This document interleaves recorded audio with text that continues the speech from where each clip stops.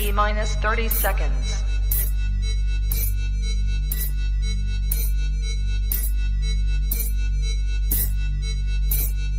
T minus 20 seconds.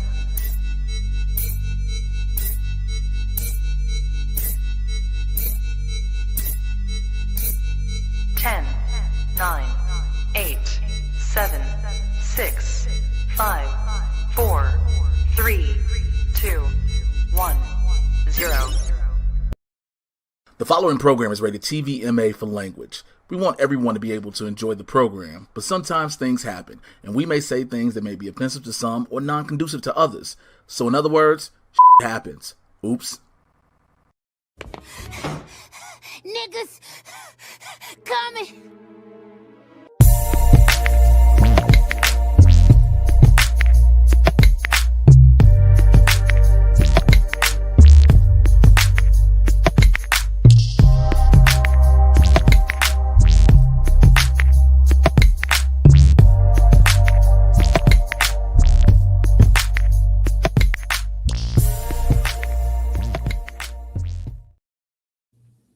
Oh, what a beautiful morning.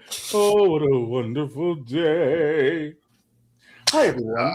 I wasn't expecting that. I know you were not. Welcome to another all-new episode of Blerds in the Hood. I am your resident supervillain, MrJayWashington. I'm the SwaggyBlerd, Winston A. Marshall. This is my illustrious co-host, ladies and gentlemen. We are very happy and esteemed that you all have decided to join us once again as we make this endeavor into the world of pop culture, news, sports, nerddom, entertainment, and a whole lot of other things, maybe even an ignorant story or four. I want to say first and foremost, thank you from the bottom of my heart from everyone who has been joining on to us, who is watching us live now in what we consider our neighborhood. Hello, neighbors. And everyone who has watched on the replays, people who have joined our Patreon, which we will ask you to do once again, patreon.com/blerdsndahood. That is BLERDS, the letter NTHEHOOD. And I also know, with looking at my camera, because I'm a professional, you are to look down the barrel of your camera as if you're looking at your audience. And I am not looking at my co-host, but I know my co-host is making a face like, what is going on? But I am just trying to make sure No. I want to ensure that people are having a professional experience when they watch us here on this show. I want to make sure that people are getting their money's worth, even if it's for free, that they are having a time where they're like, oh my God, I joined Jay and Winston, and they collaboratively made it, or that wasn't even the right word, and they collectively made a great show. You were going to say? I was just going to say, since you did an adjustment on your Zoom, you might want to adjust your focus a little bit, but that's fine. You could just, I think my focus might be fine. I'm sorry. It looks great on this end. I'm on full screen and you a little blurry. So that's the only reason. That was why I was making faces. I'm not pressed one way or the other. That's all that was. Hey, at least I'm not watching Power Rangers in the background this time. Yeah, that was rough last time. Yeah, that was rough for the first hour and a half. Before we get to it, I want to give a shout out really quick to we have 3 new subscribers over on YouTube: Claude Baker, JLG, and JDogFBA. Thank you so much for that. We'll get to the Streamlabs that came in from last week in just a moment, but for right now, I'm going to ask you first, MrJayWashington. My nigga. Nigga. A nigga moment. Man. Nigga. My nigga. What you been doing? I'm going to ask you because when you ask me, I can go into our first story. So, with that being said, Mr. Winston A. Marshall.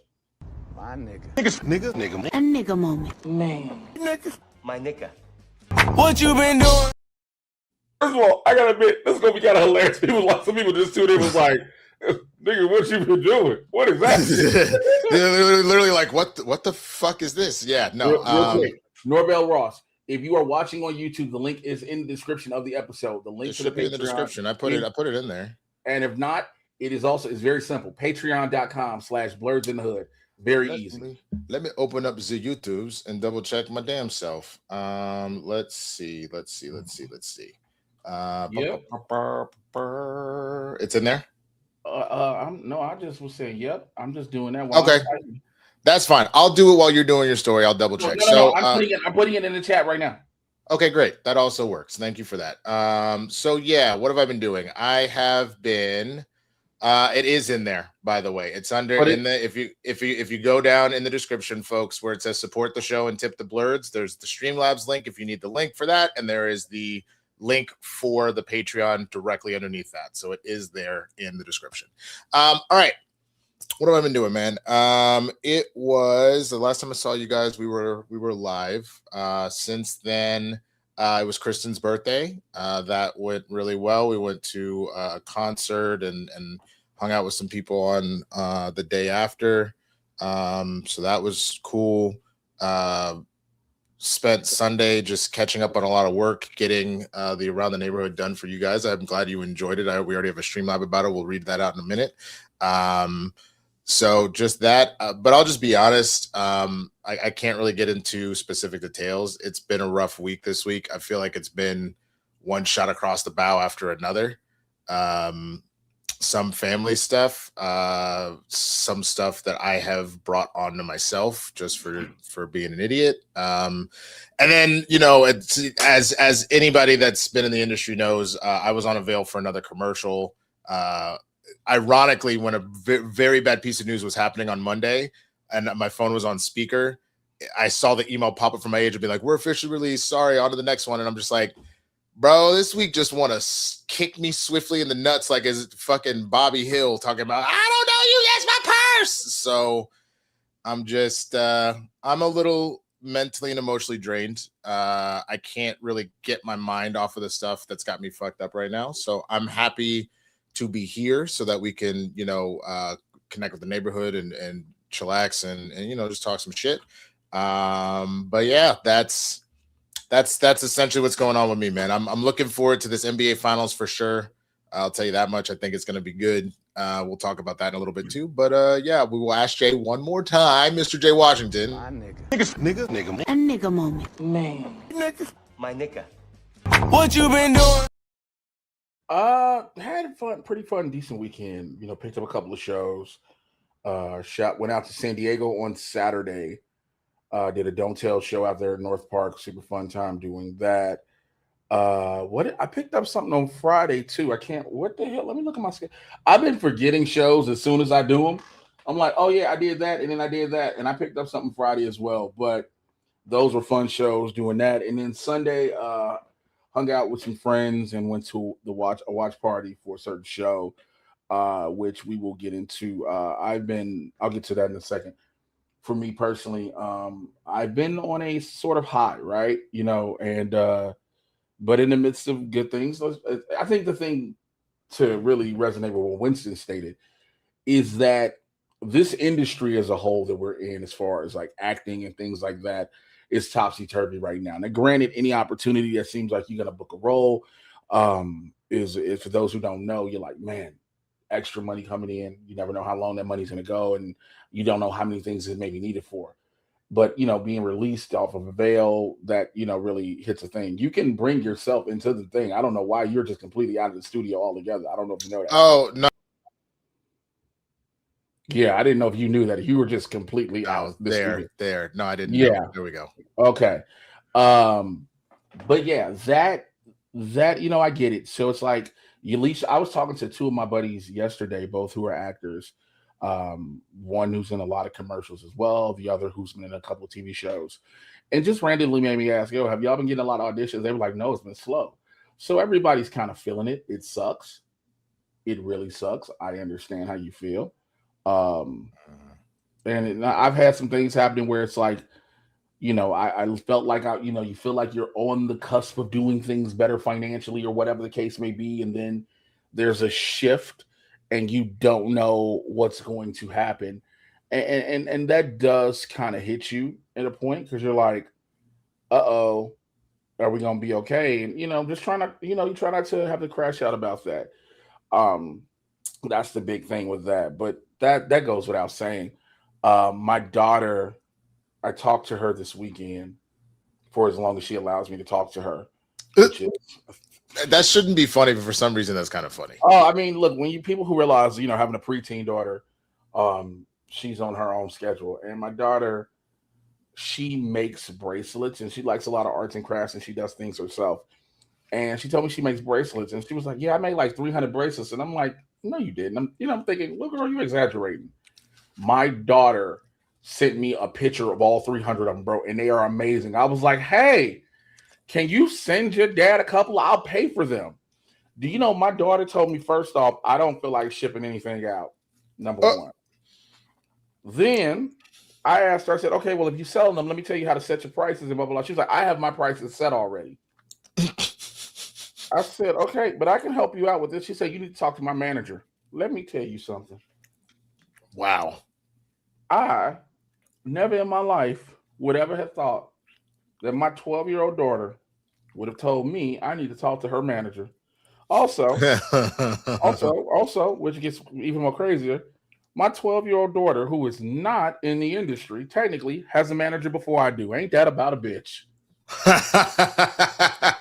Ain't that about a bitch? My daughter has a whole. So I called her mom, was like, hi, I'm looking to speak to the manager of Jaleel Washington. She was like, yes, may I help you? I said, hey!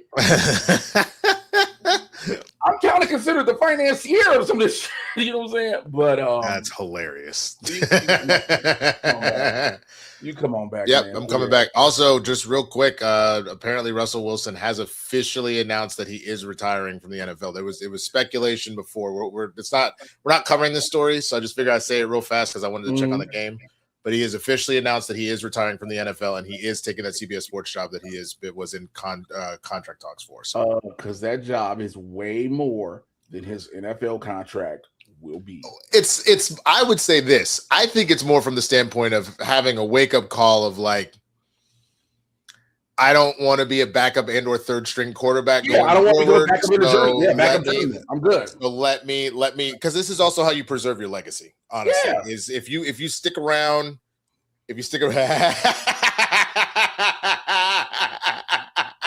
Kristen coming in with the jokes, bro. As the Seahawks fan in the room, so much more time to enjoy his 12 toilets. You remember that first year in Denver where they were doing a toilet watch, and it was Russell Wilson still has more toilets than he has touchdowns this season. Let's see where he's at now. And they were doing a constant update, being like, well, he still only has 5 touchdowns. He actually threw 3 interceptions this week, no touchdowns. So he still has actually 11 more toilets than he does actual touchdowns. That is savage as fuck. That's savage. But yeah, so that's all that. I mean, I did some shows. I got a chance to hang out and do my bro Dion Cole's show this past Monday. He asked me to come through and do that. So dude, he had you do a show? Yeah, so he does his show at the Improv a lot, and he was like, "Yo, come through," because it's a workout room. It's basically comics to workout stuff, and Dion's always been like my big brother, and so I was talking to him at the Comedy Store, and he told me to come through, and so I did that. But with that, let's just get into telling you what else was about my weekend, and the first story. So, nope. I saw what you put in there. We gonna do this one. Matter of fact, I said, "Fuck you." I saw what you put in. No, we're still doing it because I didn't put the one that I said you should go. That Kristen actually said you should go and do. I'm surprised. I'm gonna tell you something. I looked. I was like, I swear, if that is cut as a clip, I'm going. I thought about it. For those who don't know, the series finale of Euphoria happened this past Sunday. Was it officially series? It's officially series. They said it. The podcast that Sam Levinson was on dropped immediately after the end of the quote-unquote season finale, and it is the series finale. Euphoria is officially done after 7 years. Of course, it had to take that long break. The unfortunate death of Angus Cloud, the stars becoming stars, and more. But a lot of things tended to wrap themselves up. Some left some questions, but one thing that did definitely happen. Unfortunately, we lost Rue Bennett, man. Now, you couldn't help it. But her story I feel like her story concluded the way it should have. The thing followed her chasing and dealing with addiction, right? And that's what even Sam Levinson said. The story was about her dealing with addiction and stuff like that. And because of one thing about addicts that we've heard stories of, that even when they battle addiction, because of their tendency to relapse, they won't even take pain pills. But Rue, having gone through something so major in the beginning of the episode, needed pain pills, and Alamo set her up. So eventually leading to that, giving the lace pills. But go ahead and do it. A certain resident supervillain was working as a bodyguard and got stuck. Like this photo you saw of Ali with the shotgun out. he is out here telling him to put his motherfucking dick on the wall. So that is pretty much how I have decided that I'm going to refer to Jay from now on. His name is Jay. Put your motherfucking dick on the wall, Washington. Let me tell y'all something. First and foremost, for every single DM, text, story, tweet, thread, whatever, Facebook message, for even email. I got an email from a director from a movie I did a long time ago. For every single person that has reached out about that, I am very much grateful and very much appreciative. And Winston, tell you, I don't know how to say a lot of words about it because I don't know how to receive things sometimes. It's been an overwhelming amount of love. And because, that was the original episode I shot, was the finale. And then to be added to episode 6 was a big thing. And the one thing I couldn't tell people, like people were like, oh, so what are you doing? Because I'm quick in episode 6. I'm in and out, right? It's just a quick scene with me. But I'm like, no, I'm an essential part of the finale because I tell everybody, my character does or technically doesn't do something that causes all the shit to happen. If you're paying close enough attention, you can see it. Ali is walking around, and Jay, instead of being a bodyguard, is looking at tits and ass. Looking at titties right there in front of him. And because of that, Ali comes in and everything. And here's the funny. First of all, I want to say this. I said it in a couple posts I put on social media, and I'll say it again publicly here on Blerds. I am forever grateful to Sam and Ash Levinson, to the other producers of the show, HBO, for allowing me that opportunity to play in the world of Euphoria, to be a part of something that is now TV history, to be a part of an iconic finale that has been seen around the world and is still being seen to this day. And again, to have my part be a catalyst and have a moment to share an important moment in that scene with an iconic actor such as Coleman Domingo, and I tell everybody, the thing with that was that line is not in the script, bro. Those lines that he said to me, what happened was Coleman and I we found out we had a bunch of mutual friends, right? Like we found out we got a bunch of mutuals. So him and I got cool. So in between takes on the set, we're joking and laughing around. Laughing around and joking. So at one point, we between takes, and then I'm telling Sam, like, I should be going for my gun. And once he shoots that one bouncer while I'm going, I said he should swing immediately around to me, because if he doesn't, I would technically shoot him in the back. So he was like, yeah. So we came up with that. So then me and Coleman sitting there talking, we're like, yo, so what should I say to you? I said, man, let's say something crazy. Just say, tell me, put my dick on the wall or something. So see, now I'm mad at you because you made it sound like they just wrote this fucking line in and shit, and they're telling me to put my dick on the wall. No, you came up with that, and you're giving me fucking shit about saying that shit. Because it was the fault. It was the fault, nigga. You didn't say hello. You just said, I hit the phone and said, hey, what's up? Put your dick on the wall. Hey! It was just dick on the wall. How are you, sir? The lies. The gaslighting, bro. The fact that you actually pitched this whole idea to Coleman and fucking Sam, and they were about that life, and you got mad at me for being like, put your dick on the motherfucking wall. Like I stated prior, just a moment ago. Hello? Put your dick on the wall. What happened to hello? What happened to hello? It could have been worse. You could have been like fucking Marshawn Lynch. You got your dick blown off. That could have been you. Let me tell you something. I remember. Let me tell you something. I remember watching when that was filmed. Bro, of course Jay came up with that shit. It was just, I was saying it in just joke, like, man, just tell me put my dick on the wall or something. I don't know. And I'm joking when I say it. I'm joking when I say it.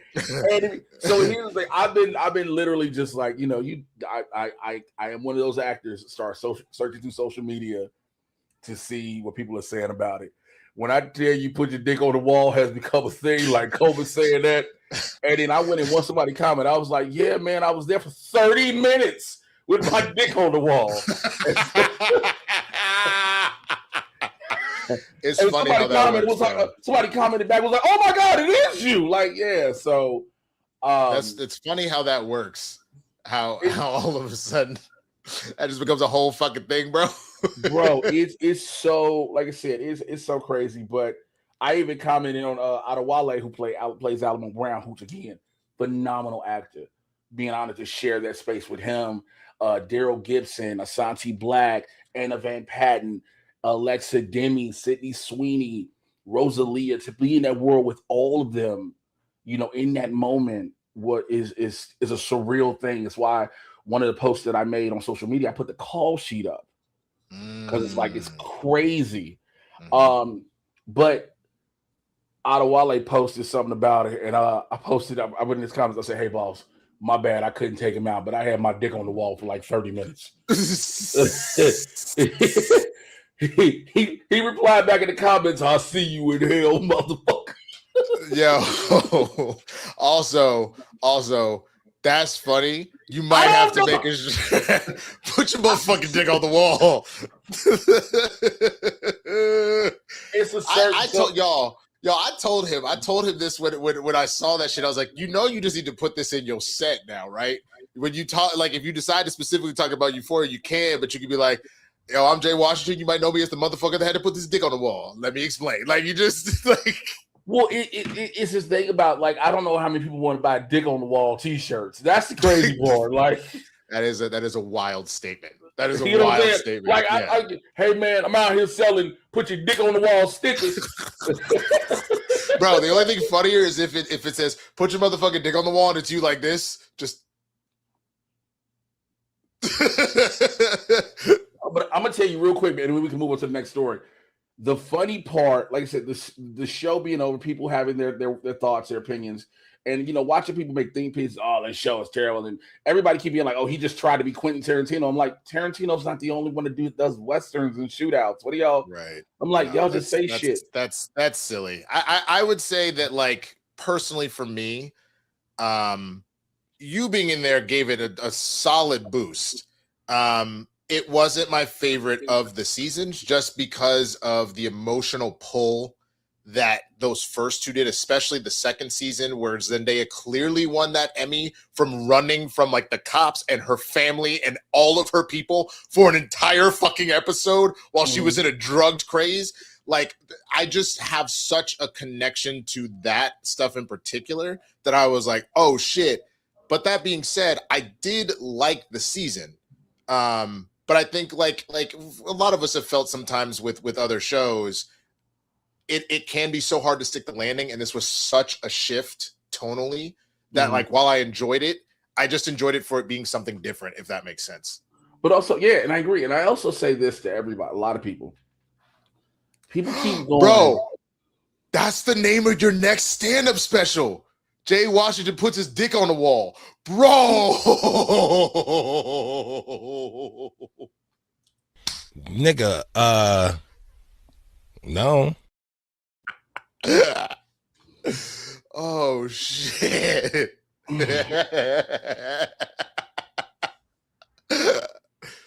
People have to hit, like, they want the show to be what it was, and that's the problem. The show was not going to be what it was because, again, you have all this time between the two seasons. You have one cast member who unfortunately passes away. You have people who are and they're grown now. You lost two cast members because you lost Angus Cloud earlier, and then you lost what's his name, Eric Dane. Yeah. So. Like, thank God he was healthy enough to do the episodes that he did, because I think that was the concern, is that they weren't because he's obviously knew he was sick for a little bit, but it moved a lot faster. His LAS went quick. It went quick. So, but yeah, for people to try to get the same high school show, you're not which is fair. I wasn't looking for that like at all. I would have been kind of interested to see if they had done like a small stint in college type stuff, and like those that went and didn't, and we obviously jumped straight to them being professionals because it's been enough years, they were old enough. It was like, no, we're way past that at this point. But again, I didn't dislike it. I just of the 3 seasons, it was my least favorite of the 3, but that doesn't make it bad. You know what I'm saying? Like, if you look at like a sports team that's won multiple titles, you'd be like, that was the coolest one. That one was wild. They still won the title. It was tight, but they won it. Like, you know what I'm saying? That's kind of what that felt like to me a little bit. I was like, it was good. Those first 2 really hold a place in my mind. Well, again, I'm very honored to be a part of it. People are still rewatching it. People are going to keep rewatching it, and people are going to keep analyzing it. And, you know, for everybody who's going to follow me from it, for people who were new watching Blerds in the Hood from following me from it, and now are like, oh, he does this and he does that and he does this. Like I said, going to the Improv and going to the store, and people are like, oh shit, yo, I saw you in Euphoria, you know. So I'm super grateful and immensely grateful, and I'm thankful for everyone. But streamlabs.com/blerdsndahood/tip. Streamlabs.com/blerdsndahood/tip if you want to support the show. You can also donate to the CashApp or Venmo. If you don't want to do Streamlabs, we will read them off. Matter of fact, we got a couple I want to read off now. So, Fred, here, let me do it because I've been taking some of the old ones on here too, and we have some Prime sub stuff. So, first of all, Zero Agent 22, thank you so much for the Prime sub. For anybody that wants to support the show, and you were like, I'm not trying to spend no physical dollars, but thank you. Go over on Twitch, twitch.tv/blerdsndahood. We are streaming there as well. If you have Amazon Prime, you actually get a free Prime sub that you can give to a channel monthly. And if you are not on Twitch regularly, doing that is free for you and gives you the little perks that you get for being subbed us on Twitch. But it gives us $5. So if you just want to support the show that way, that is also another way that you can do that. But you are correct. Fantastic sent one in over the weekend. What? Wait, hold on. What's wrong? You saw me on TMZ Live. When? When were you on TMZ Live? Do you see me confused? I'm confused. Is it? Oh, maybe they played your clip on TMZ Live. Okay, yeah. That's probably, yeah. But Fantastic sent one in over the weekend. It says, "Hey Blerds, the Around the Neighborhood segment was very funny. Old girl mad because she thought her titties could turn any man straight, learn the hard way. And the Ram doing a double tap on that dude probably because he shaved his favorite girl." Which one was the titties one? I don't know. I was trying to remember. Because like I edited them. How do I not remember the titties one? I remember the Ram for sure. Yeah. Oh yeah. Okay, but thank you so much. I appreciate the support. And then mild-mannered comic nerd comes in and says, "Hey guys, about that last episode of Euphoria. Why did Alamo's main dude take his bullets? He's been okay with everything else. Why in that moment do the right thing? That's the only thing that threw me off. Did I miss something? LOL. Thanks, guys." He'd always been saying how certain things, why he would watch The Snake and talk about the snake, and you know, basically he was representing him in Alamo, but it was Maddie. It was the Maddie thing. Yep. That was it, because he offered afterwards to give her a ride home and all that. It was the idea. I think what it was for him was the idea that previously a lot of those other women that were working in the club, he maybe didn't love it, but they like chose to be in that life. Whereas Maddie, while she was kind of working in whatever sort of capacity, did not choose to do that. And now all of a sudden he was trying to turn her out. And I think that was enough for him to be like, and not on even top of turn her out.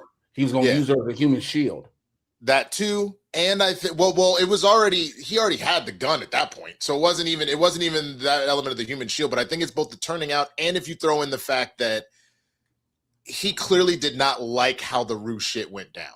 No, because regardless of how he felt about Rue, the idea of turning around and killing somebody via drugs when you knew they had a drug problem, it seemed like his conscience was growing all season. Yeah, he was fine with everything else. Like there's rules to this shit. Right. But there is the theory that technically, Maddie got Rue killed. Yes, because of the whole when she mentioned the DEA shit. Yeah. Yep. When she mentioned the DEA shit, because and Alamo played it like, yo, I'm okay, whatever. Like, what you talking about? Like, he knew, so that's why everybody was like, oh, he was calm with everything. He knew all the shit was going down. That's why they knew how to switch the truck, because he knew the DEA was watching. People were like, because I was wondering about that. I was like, he knows now. So that's interesting. But that's exactly what it was. Is that you just use that as a later time to do that? Yep. Okay, we gotta keep it pushing. I want to give a real quick shout out to I am the laws, the E-Laws that just followed us on Twitch. Thank you. It's And we got I am another the Prime. Laws, not E-Laws. It's I am the Laws. THEE. The.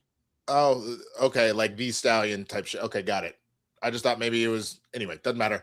Thank you for following, and then of course we got another Prime sub from the Ryan Cross Project. Thank you so much for subbing again.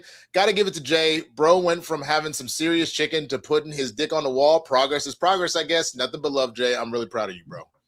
Thank you very much. Thank you very much. Very much appreciated. All right, so let's keep it pushing to this next story, Jay. You got it. So the Roots picnic went down this weekend in Philly, and one of the biggest things everybody talked about was the return of Hov with the fro. By the way, oh yeah. Now, if you saw Hov for the past several years, you knew he had his locks. They said it took like 4 hours, and like 4 hours and 4 days, and 4 bottles is the thing they use to break down locks for him to get his hair back. But that wasn't just a hype. This is him starting out a freestyle before he performed. In his freestyle, first of all, the man showed he still got it, okay, first and foremost. But he also went through telling people about themselves in different parts. So I'm going to play different sections of it. I didn't play I didn't give you the whole thing, but I got different sections. So this is where he talks about his involvement potentially with the Diddy case that almost got caught up, Tory Lanez, and Dame Dash all in one, okay? Just in case it sounds low, listen close. Hattie's turning 100. If she would have transitioned before I cleared my name, I would have hunted them. Every one of them playing these silly games. That 1-800 ambulance chaser would have wished one came. But 911 is a joke. Public enemy #1, I've been ranked. The rock's not crumbling. The leprechauns have magically run out of pranks. Your son on a federal jail line mumbling something about having too much in his drink. You know how dumb that is? Another one fumbled his, wonder how I get the blame. Niggas' teeth is tumbling out their mouth, and somehow I'm the one who done it. It's a murder mystery game. Damn. So, yeah. Him talking about the girl who accused him at first, who was proven to be lying. Right. Then talking about Tory Lanez, the little leprechaun. Then goes in to talk about niggas' teeth falling out their mouth. We all know that was Dame Dash. Okay? Amen. Oh, but it goes better. You got to hear him go in on both Nicki and Drake. You ready? Oh, yeah, let's do it. That lady back on the stuff, she sound like she in love with him. Her king can't even take their kids. Enough of them. A rapper can't be my eye. I got MAGA Republicans. Them shots came from the very top of the government. Good luck with them. I'm governed by God. You trying to break the government. I brain for 40 days. My neck get flooded again. Wrist get flooded again. My net worth went up again. My next update, the jig is up. Got up 10. Wrong chart, champ. You gotta look up again. Niggas look up the Hov. I never looked up to them.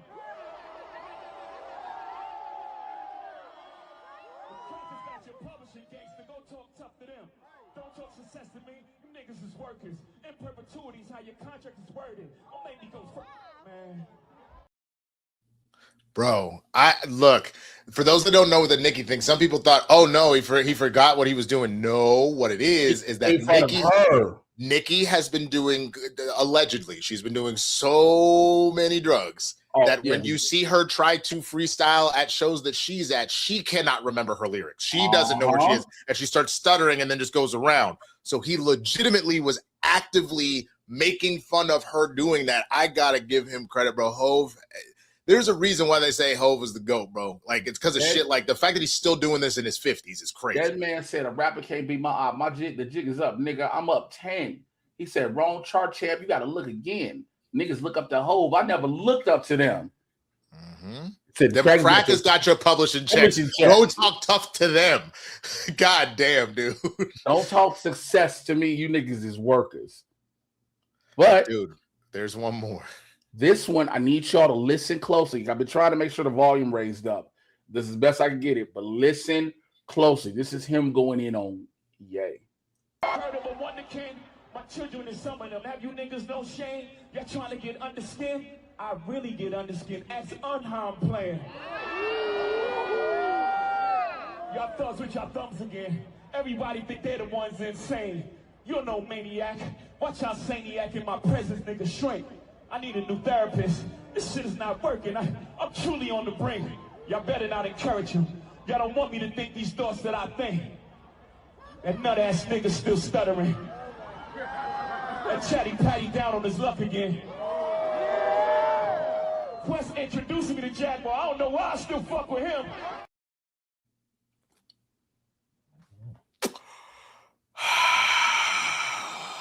Man. Y'all gonna stop playing with that man. Yes, sir. This nigga spitting. Damn, nigga. I'm gonna stop playing with that man. Jay-Z, bro. Jay-Z. You like I it's funny, man, because Hov has never been my favorite rapper. There have been a multitude of others, but I have to give the man his fucking props. Like I have to, because I would say probably my favorite rapper like of all time and who I think is the GOAT is Andre 3 Stacks. But like he even said himself, he's like, I'm not rapping anymore. I'm too old. I don't like that. That's a young man's game. I don't have anything to rap about. And it was one of those things where I was like, I heard him and I understood what he was saying. But seeing Hov do that, and that is one of your contemporaries, is kind of like a damn, man, maybe you just didn't have the hunger anymore because Hov's still out here dropping bars. Well, because he hasn't done it for so long. Right. And then you get the whole, oh, that's just Beyonce's husband thing. And it gets to a point where rappers start talking. Again, Drake was in it. We talked about, I hate to bring this back up, but we brought this up with Iceman. He was in his feelings bringing up everybody. And so Jay-Z has taken a lot of subliminal shots for years and has yet to say anything. And this time he was like, I'm letting everybody who deserves to have it. And like came with such solid bars that it's just like, God damn, like, why do you even go back? It's just funny to me because like, this is what I was saying. Like there are people that try to call me a hater over on I was on Christian's show last Friday. Somebody asked me about Iceman. And I was like, the production is good. And like Drake's flow isn't bad, but his bars are just him bitching the whole time. And I don't think it's a very good album because of that. And everybody's like, oh, you just a motherfucking hater. Like he the GOAT, like blah, blah, blah. And I was like, look, I'm gonna tell you right now, Drake, honestly, Drake is Jordan on the Wizards. So there is shit that like some nights you're like, oh, those couple bars, okay, that was a 40-point game, but he's averaging about 18 and he is a shadow of his former self. So like, let's not sit here and actually think that this was the best rapping he's ever done, because it's not. Like if we're just keeping it 100. But I was telling people the other night, because people were still talking about it, I'm like, listen, I'm not coming at this from a Drake versus Kendrick angle, because that's the problem a lot of people are having. They're coming at it from a Drake versus Kendrick, as opposed to, no. I'm comparing Drake's body of work now to Drake's body of work when he's been dropped. In this body of work, you are going, first of all, you dropped 3 albums. You are going to be scrutinized about it. It is what it is. No one's going to be impervious. You should have just dropped the double. We know you did the triple to get out the deal. However, it was also, you notice that the 3 albums spell the word him, because he's trying to say that he's him. Habiti, Maid of Honor, and Iceman spell Iceman in the middle, H-I-M. He was trying to say I'm him. I thought Iceman was the first. I would have never looked at it that way. Which is fair, and I think he kind of did that because he had been teasing Iceman this whole time, right? And like that being the rap album, but that was something that somebody pointed out that was a subliminal that he was saying himself. Like, I'm tired of all y'all, because you remember he had the bar, fuck the big 3. There were too many chefs in the kitchen or whatever it was. It was another indication of literally fuck everybody. I'm him. I'm Drake. You guys ain't shit. That was supposed to be that. So yeah, we'll see how it plays out even further. Let's move on to the next story. So I don't have an asset for this. I would have had an asset for this, but I was told to take the asset out. A Diddy sex tape drop. Now, here's the thing. Okay, don't do this. The reason the asset came out is because this Negro was trying to put a pixelated version of the sex tape. We don't need that. Use your imagination. Only 30 seconds. The problem is that we are on YouTube. YouTube doesn't give a fuck that it was only 30 seconds or that it's pixelated. You wouldn't even notice what it was. That's not true. Him. The point is, it's not important. Just describe what happened. If you want to find it, we will. 39-minute tape that shows Diddy along with Daphne Joy, who was 50 Cent's first baby mama, and adult film star Sly Diggler. Okay, it's like 39 minutes and 27 seconds. How do I know the specific time? Because I watched it. Now it is. which that's you. I couldn't because I don't want anything to do with that nigga Diddy at all. That's the other thing. Well, the problem is because 50 first put it out was like, man, Diddy he going through enough. He ain't got no penis. And I was like, what the fuck is 50 talking about? And then you watch it like, oh, Diddy is a real life, just a professional cuck. So all that being said, there's a lot of baby oil in that one. You know, got baby oil and shit. But 50, again, is 50's baby mama. So I was talking to some people in the industry, the music industry, I know. People think that 50 dropped this. 50 didn't drop this. You know, I don't think he would, because that's his ex-fiance, isn't it? And, well, his baby mama, yeah. But you know who dropped it? Diddy. Diddy had his people drop it. Because it's 50's baby mama. You gonna make a documentary trying to embarrass me, I'm gonna embarrass you. So people ask 50 Cent about the sex tape leak, right? Because 50 needs to comment about it. This is what 50 said in his response. You see the first tape, man. There's a lot of tape stock. Oh my God. None of that. That ain't got nothing to do with none of the parties. What you're looking at that right now is separate. They feel like it's special because it's my son's mom in the actual tape. But we haven't had any intimacy for 12 years. She could be out back with a dog for all I care, to be honest with you. You know, and she's the only person that we didn't get into the documentary that I wish we did, because it would be the person that's there that wasn't a victim. That wasn't a victim? No.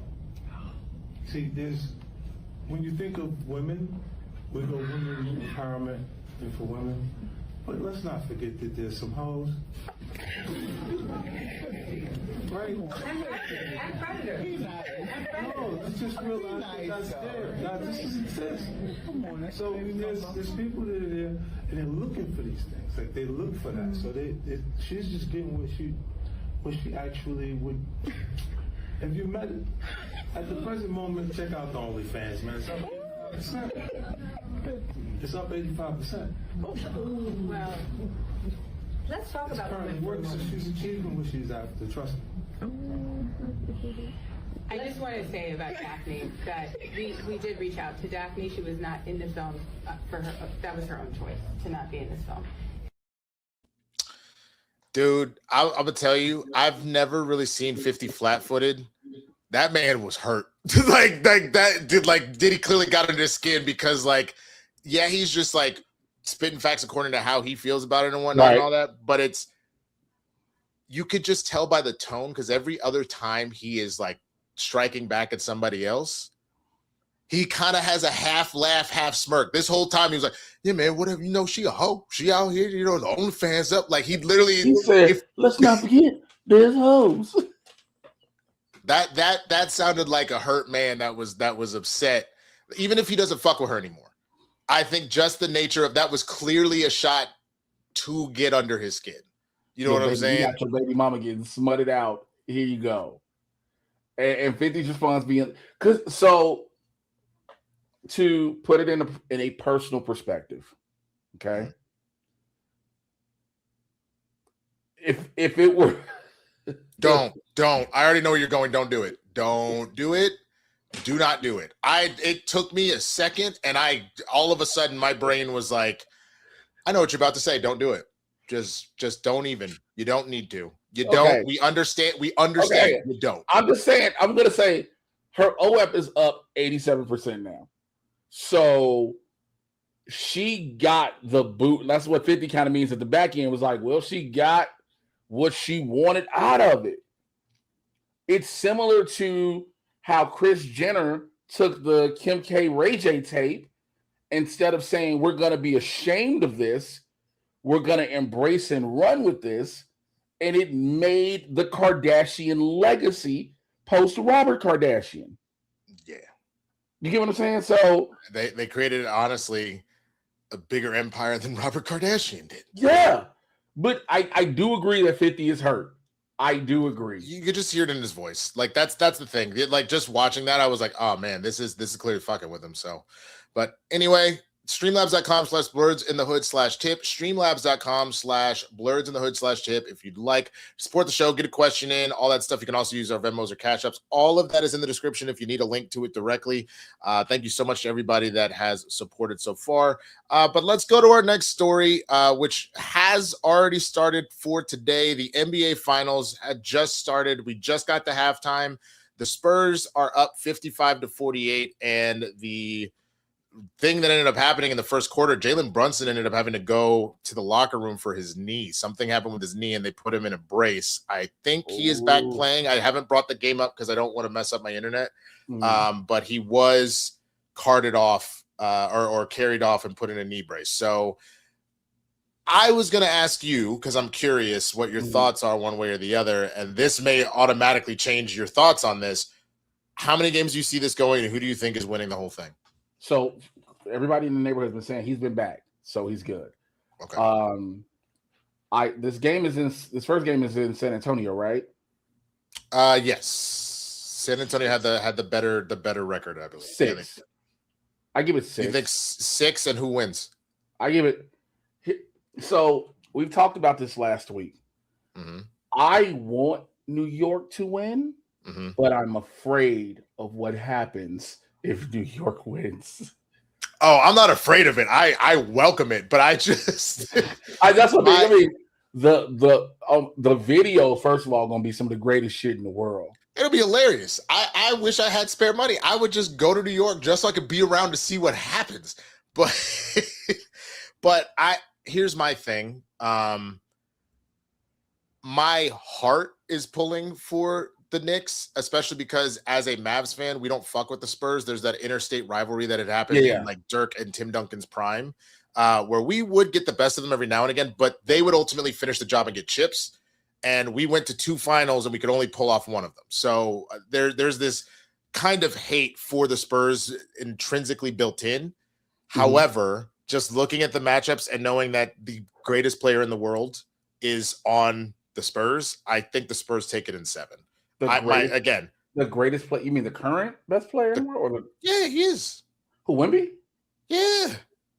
By a lot. Like most people have said that Shea very kind of fraudulently got that MVP from him. It should have been Wemby. And listen, Wemby, first of all, any man whose arms are the length of a semi-truck should not be legally allowed to play basketball.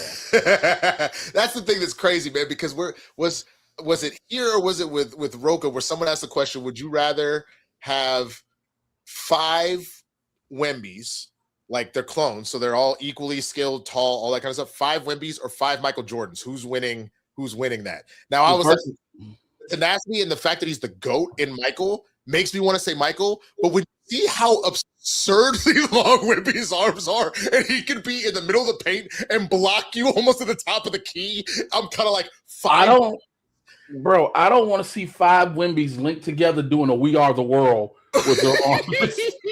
Bro, you would have been able to just take 5 Wembys at the end of Us, and that would have been the Hands Across America to cover all of America. That's insane but true. That's so insane but true. Man. I still don't go on 5 mics. Let me tell you something. 5 mics with a flu. Nigga, they out here. 5 mics. And that's the thing. He faced the Mutombos and everything else. It's just that Wemby is like that evolution of he has the handles and the shooting of a wing player, but he has the blocking ability and the size of a ridiculous center. Yeah. So. I mean, it would be. I think this is one of those finals that I'll honestly say, no matter who wins, overall, it's good for the game.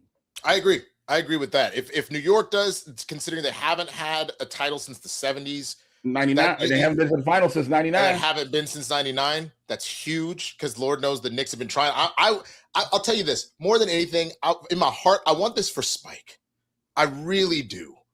He has been so diehard and had his heart broken in so many different ways, from the Reggie Millers to the Trey. God damn it, what's his name? Trey Young. The coming in where it looked like the Knicks finally would be able to do some shit, and Trey Young was out here talking about silence. Like, I really want this for him. I believe if the Knicks win, the Knicks are going to hang Spike Lee from the rafters. I believe that is what they're going to do. I believe. What? Nigga! Like, what are you talking about? Hey, Spike Lee, first of all, I have all the love in the world for Spike Lee. Anyone who knows me knows my career would not have taken off the way it did without Spike Lee.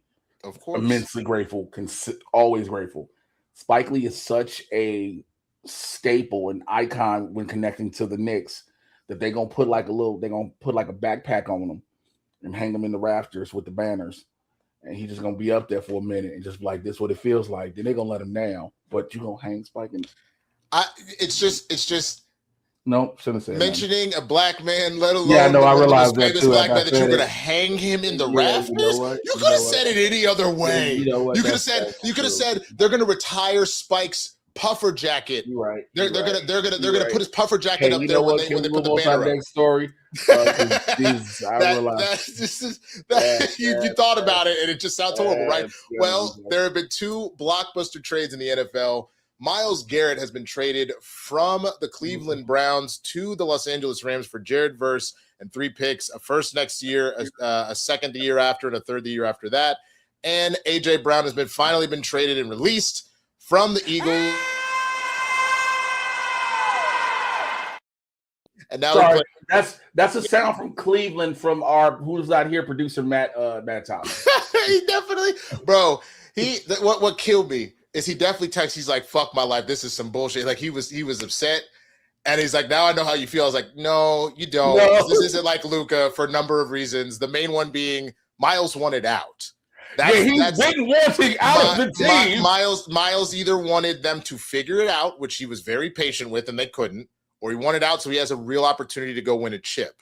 So it's not the same because Luka literally loved Dallas. The team had gotten to the fucking finals. Mm-hmm. This was a pure vendetta from our GM, and that's why they're not the same. On top of the fact that you actually got some good shit. You got a young, legitimate piece in Jared Verse. You see how in that case, the superstar, the bigger of the 2 superstars was the older of the 2. So you actually got a younger piece that will not be Myles Garrett. Let's keep it a buck. If Myles Garrett is an A+, Jared Verse is still like an A-.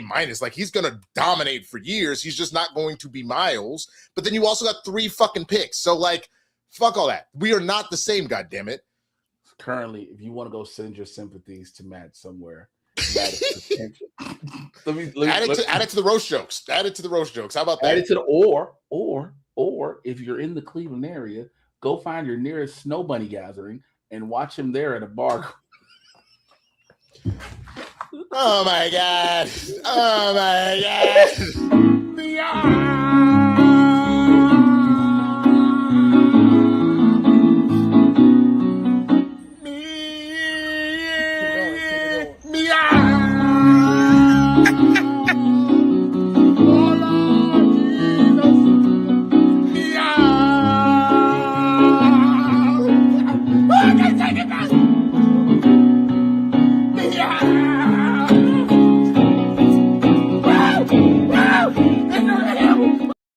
Now, this is the thing that I brought up as an argument with Roka. Would Jordan actually pass the ball, though? Like, if anything, would he take it personally? That Jordan number 3. Hold on. Would Jordan number 3 take it personally that Jordan number 2 went off for 40 in the first game they played? And he's like, I'm not passing that nigga no more. I'm going off for 40. No, because what would happen is Jordan would understand that the only person that can do this, if Jordan can't do it, is Jordan. So then Jordan would pass the ball to Jordan because Jordan know he would pass the ball to other Jordan, and they would have the understanding and the cohesiveness. Y'all gonna stop making it seem like the go ain't gonna pass this nigga's not Kobe being Bryant. Kobe was worse. Kobe was worse, but Kobe, I gotta give Kobe credit because he did like where that may have been the thing that was the funny rumor going on. I just watched a really good YouTube documentary that somebody did about you could see the transformation of when he really leaned into it at first. Once like it was just him and Shaq was going like you got power and all that, but he was really just like fuck this, I got to do it myself. And then when there were nights he couldn't do it, he would try. So he like pass it to Meta World Peace, and Meta World Peace would be shooting 3-pointers with a full shot clock when you're already up 2 and then giving the ball away. So he wouldn't pass again. But then in that finals that he fought, that last one that he won against the Celtics, that you could see in that game, he couldn't make any shots. He was shooting horribly, but he had like 18 rebounds. And you saw him in a moment where he's like, Meta's open. Meta drains that fucking 3, and that's one of the so like you saw Kobe make the transition into somebody that's like, nah, we gonna get this done. However, we need to get it done. So, but again, they're still not. Jordan understands that no one else. This is it. The Mahler twins. That's the problem. Is he gonna go full Mahler twin? I'm the real Jordan. Y'all niggas the imitation. Because Wimby's in touch with his feelings. Wimby probably would be like, "Come on, bro, just pass it." Well, because Wimby, did you not know? Like a couple months ago, like they were trying to clown him because he like something happened. And he was crying. It was like a positive thing that happened. He was crying, and they were trying to clown him. He's like, "Nah, I'm gonna tell you right now. I'm not gonna be the one that's gonna tell you to do some ignorant shit of holding your feelings, and your emotions are part of who you are. And if you're not balanced, you're gonna be fucked up. So nah. So that's why I'm saying I feel like Wimby be like, "You got this, my nigga," and it'd be a lot of him just passing to himself. You niggas doing huddle. Wimby would be the type doing huddles with Wimby during the game. Talking about some hold on. Well, wait a minute. If Wimby had to huddle 4 other Wimbys, they would literally huddle around the entirety of the court. So Jordan would be able to hear it because their huddle would be inside there. All arms spread. All arms all the way around. Come in. But I got to ask you, Jay, getting back to the NFL stuff, man. I mean, what do you think is the bigger trade? Is it AJ Brown to the Patriots, a team that just went to the Super Bowl, or is it Myles Garrett to the Rams, a team that was this close to the Super Bowl? Myles Garrett to the Rams, because not only were they this close, you have the reigning MVP in Matt Stafford, and because Myles Garrett has come to the Rams, nigga, Aaron Donald looked at his helmet like Norman Osborn looked at the green Coward. Coward. You know you can go back and play. Do you know there's a potential of Aaron Donald returning to the league? Here's the thing. They're already the Super Bowl favorites at this point because of this. They were already the favorites before. Their odds went even further up with this trade. If Aaron Donald comes back, there's no reason to play the season at that point. Just give them the ring. Just give them the ring. Because I guarantee you, first of all, Brock Purdy, Sam Darnold, and Jacoby Brissett, if he even decides to show up, all 3 of them niggas immediately shit themselves when Myles Garrett ended up in the division. But if Aaron Donald shows up, so you have them coming from both sides, bro, that's going to be worse than the worst blacked video you've ever seen with the little white girl on the couch, and there's like the 5 niggas in the back. Hey, y'all just talk. I get what I said about Spike Lee. I understand. Nigga. I know what I said. However, my reference was not a black dot com, please.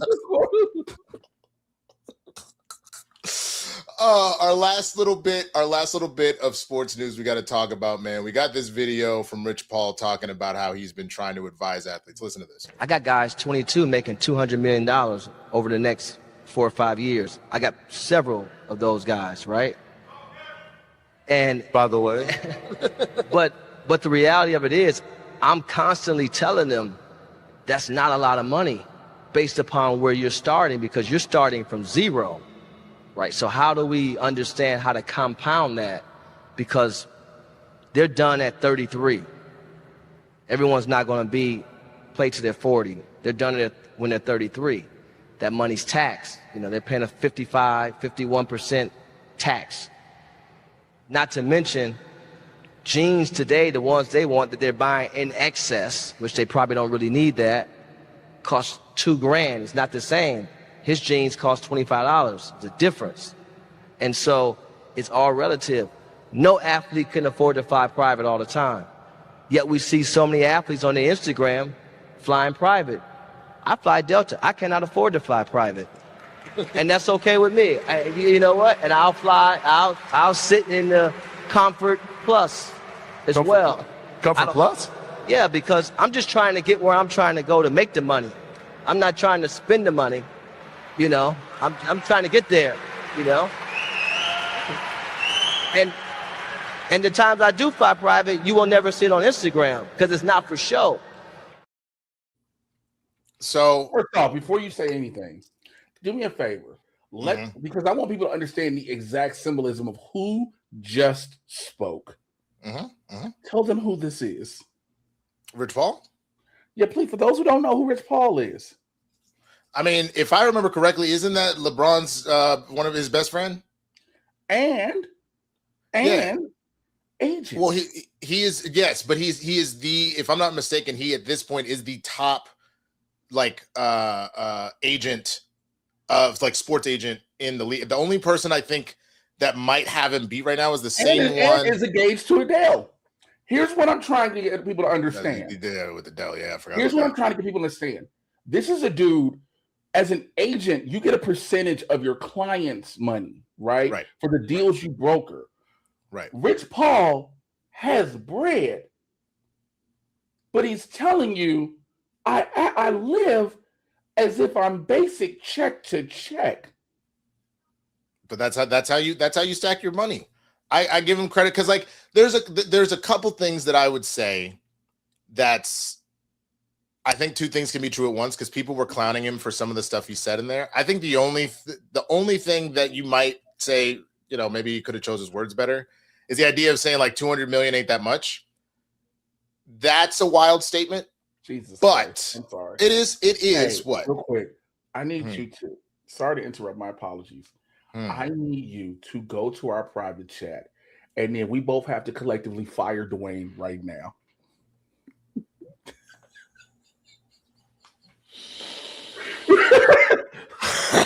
I'm not firing Dwayne for that. That shit's hilarious. That shit's hilarious. I'm gonna tell you, Dwayne, do you mind? Yes or no? Do you mind if we say it?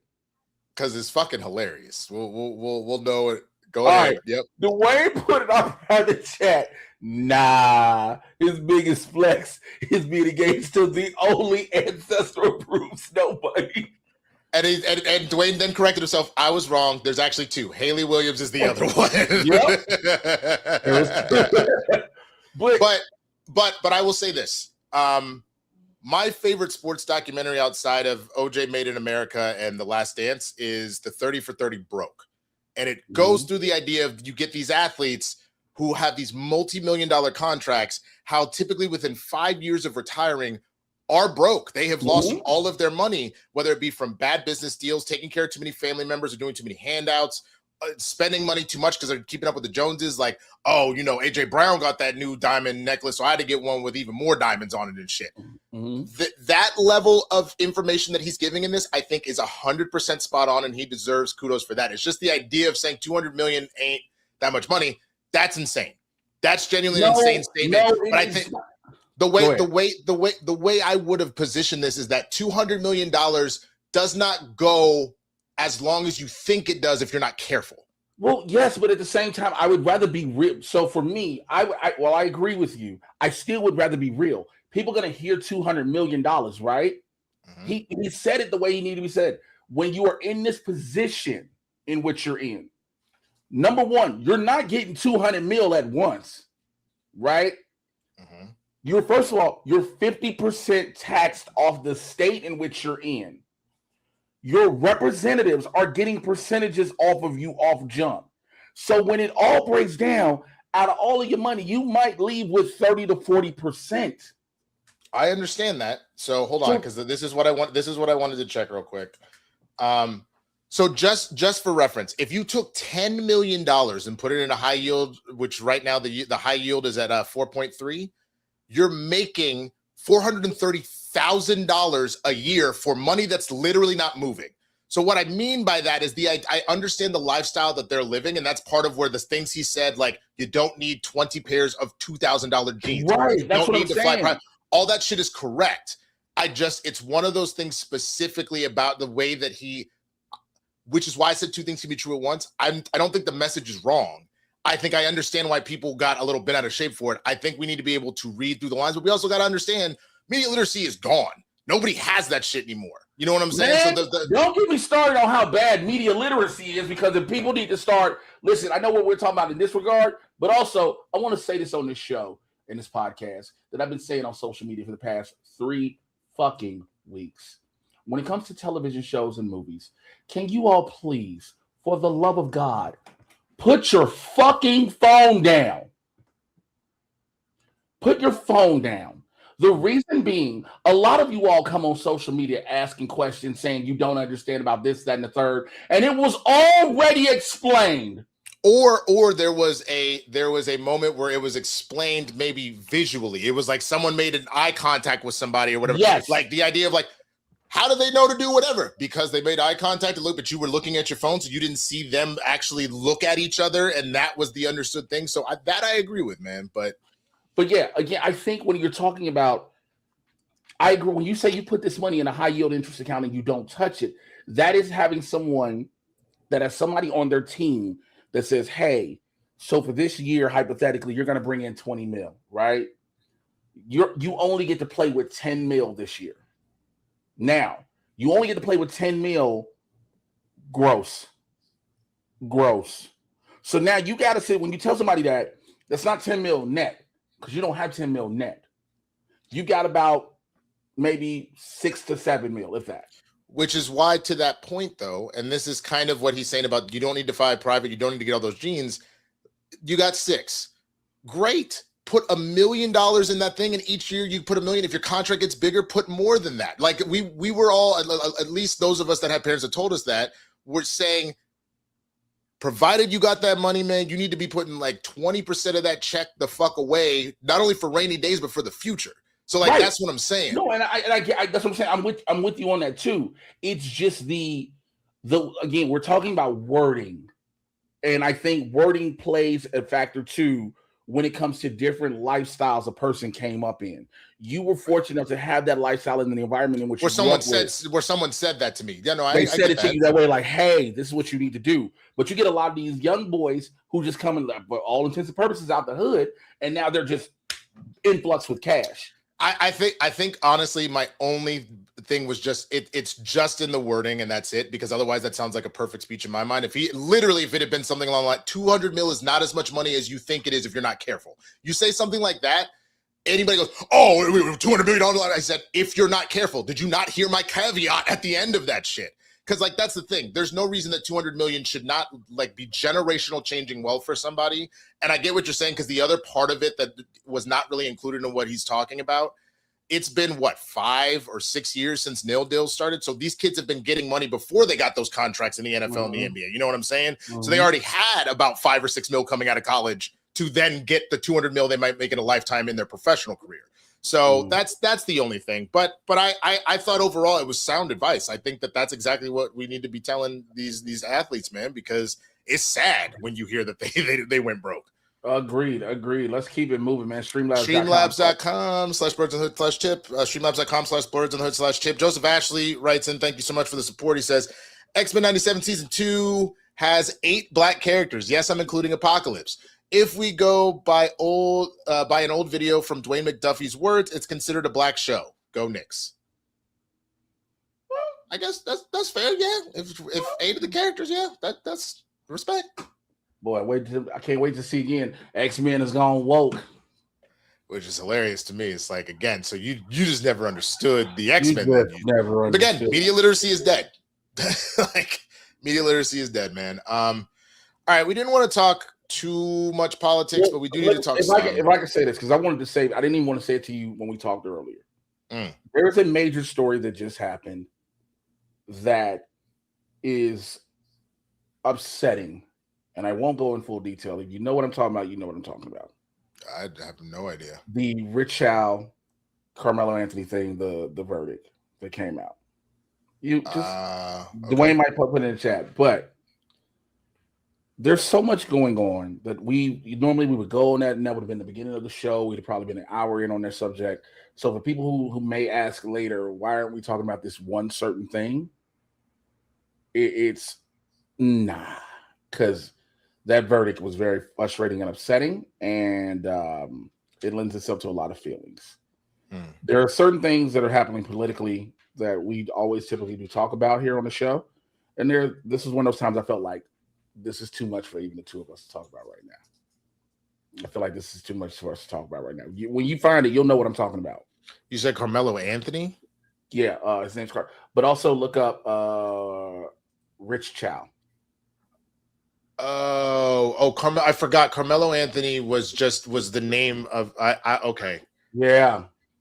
Oh Lord, what? Yep. Now you see what I said. That's why I was like, so for those who know, we wanted to acknowledge it, but it's the fast version without really getting into this right now because we just both can't talk about it. They've decided to give him an all-white jury. And then there was a dude who, and then so there's two different stories. I'm sorry. And then there's another story of a young black boy who was shot and murdered in a store from a Korean clerk who said he was stealing, but was shot in the back over a bottle of water and murdered. And the dude was found not guilty. So, I have thoughts, and I'll just say this: stop fucking supporting Korean stores in your neighborhoods. Plain and simple, especially in black neighborhoods. They don't respect us. Don't respect them. Not saying tear the stores up. Not saying any of that. I'm saying don't patronize them. That's what I'll say to that. Jesus, man. And it looks like they even on top of that, I remember this story now. It brought up a video from local news. No black jurors selected. They struck 3 female educators from the jury pool, which considering he was a student, like I feel like that would have been something like why have somebody within that field that would have been working with him. The judge rejected defense challenges and non-racial means to strike the jurors is what they claim, even though they struck every single black juror that was there. It's kind of crazy. Yep, this is where we're at, which brings on to another subject of how the Supreme Court has just allowed the way for Alabama to eliminate a majority black district for voting. So, while Dr. Umar is still doing bitch ass diatribes over the roast of Kevin Hart, he ain't said shit about our voting rights being taken away in the South, state by state. I digress. But with that being said, speaking of voting, primaries were held in several states yesterday: Iowa, California, Michigan. Which other states were there? There were a couple of New Jersey, and a lot of these would be very integral to leading into the midterms in November. Will determine a lot of Senate as well as congressional seats. And governors as well. Now, California is one that has garnered a lot of national attention because primarily not because of its governor's race, because we know Governor Gavin Newsom can no longer run his last. Well, that has drawn a lot of attention because specifically what the problem was with the California governor's race is the fact that you had 2 strong Republican candidates, and then you had like 12 fucking Democratic candidates, and none of these niggas would drop.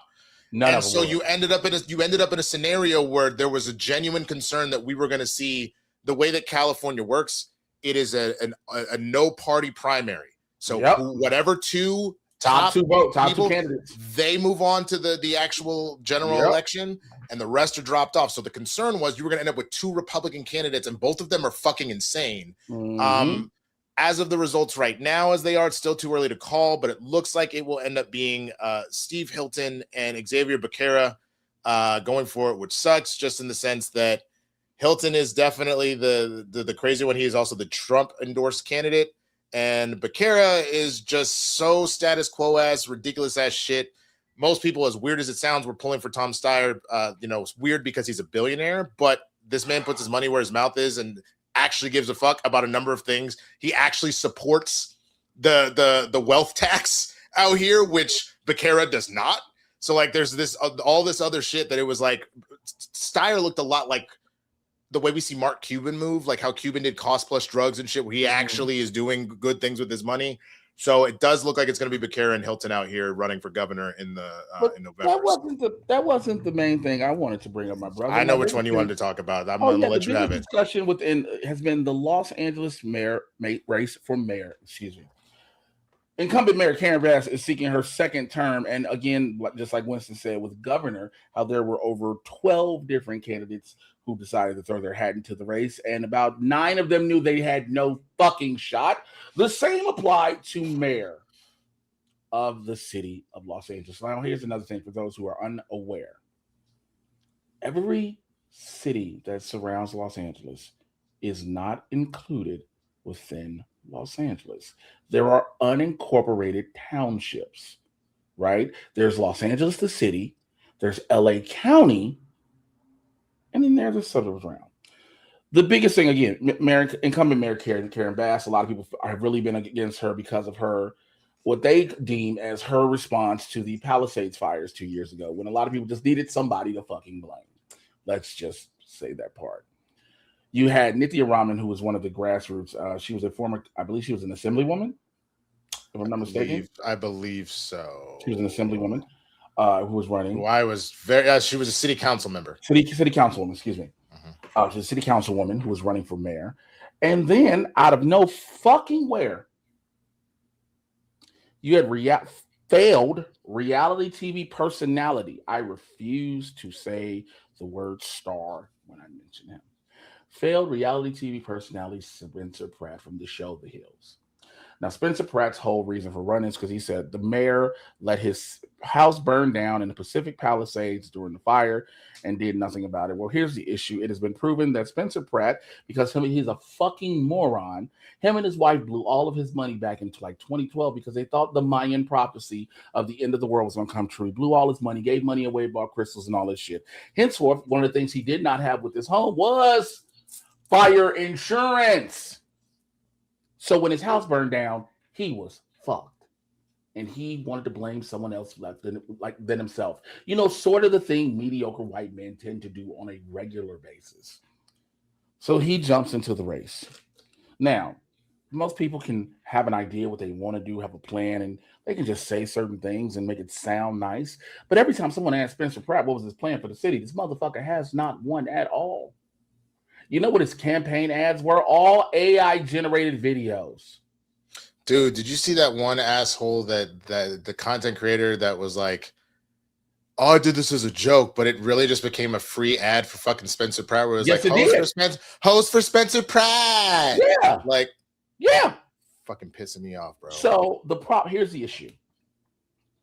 Number one, LA is typically blue. Typically. And I say that because LA has its pockets of very racist individuals. It absolutely does. Now, there are a lot of people who voted for those of us who live in Los Angeles. Those who are, the San Fernando Valley is considered part of Los Angeles.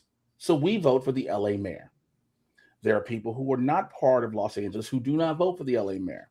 And let me give you some examples because these dumbasses were trying to get it. They were trying to ask why it wasn't on their ballot. So people in Beverly Hills, dumb motherfuckers. You had people, unfortunately, in Inglewood asking where is Spencer Pratt on my ballot? This is bullshit.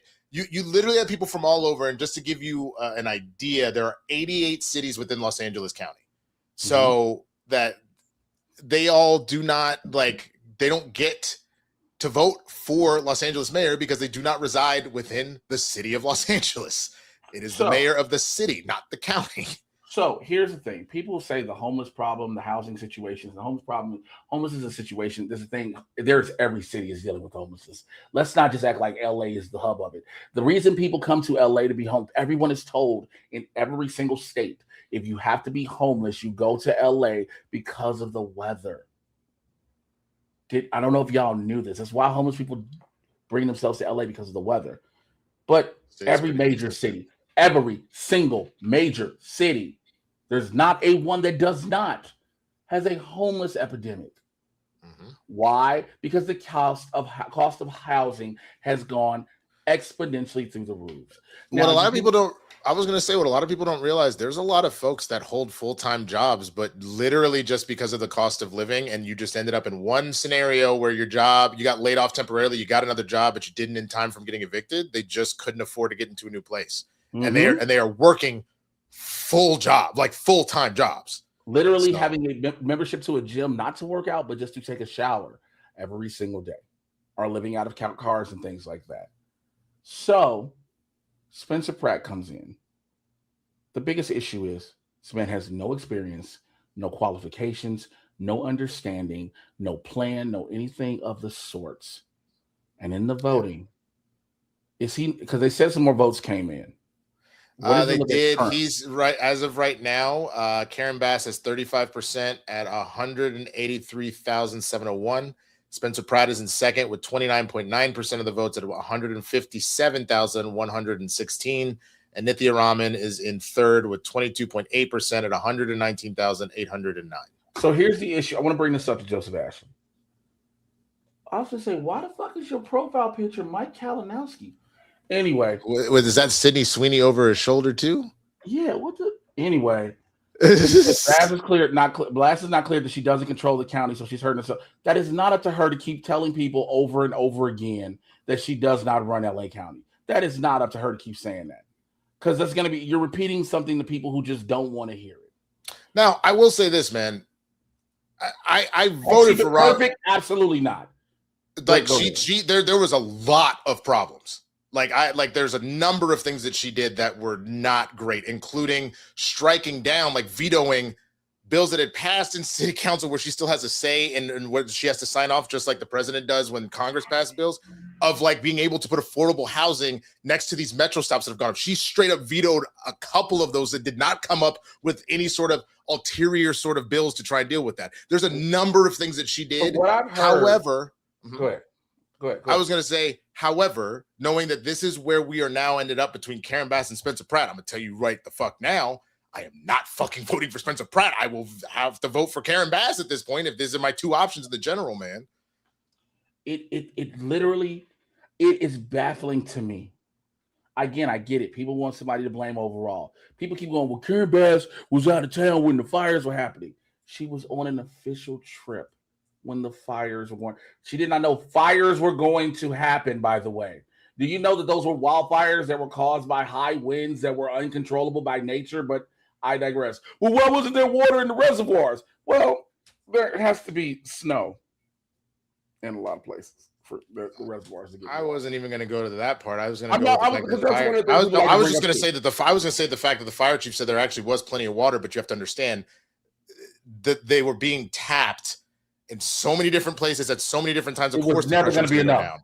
The pressure kept going down because it was too much that they were trying to contain.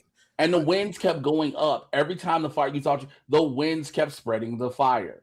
And to answer this question, Zeno Lauer, there's no other Democrat to primary Karen Bass. So remember what we had mentioned with California. They have their primaries, when it comes to this stuff, is a no party general primary. So it's the top two candidates. So Nithya Raman was running as a Democrat. She just couldn't get over the hump. So the top two, one Democrat and one Republican in this case, Karen Bass and Spencer Pratt, are most likely going to end up with this because it's pretty much over. And there were 9 to 10 other people as well with the mayoral race who did not want to drop out. 8, 9, 10, 11 is even worse. 11 other people who did not want to drop out because, I feel I have a chance. You had no shot in hell.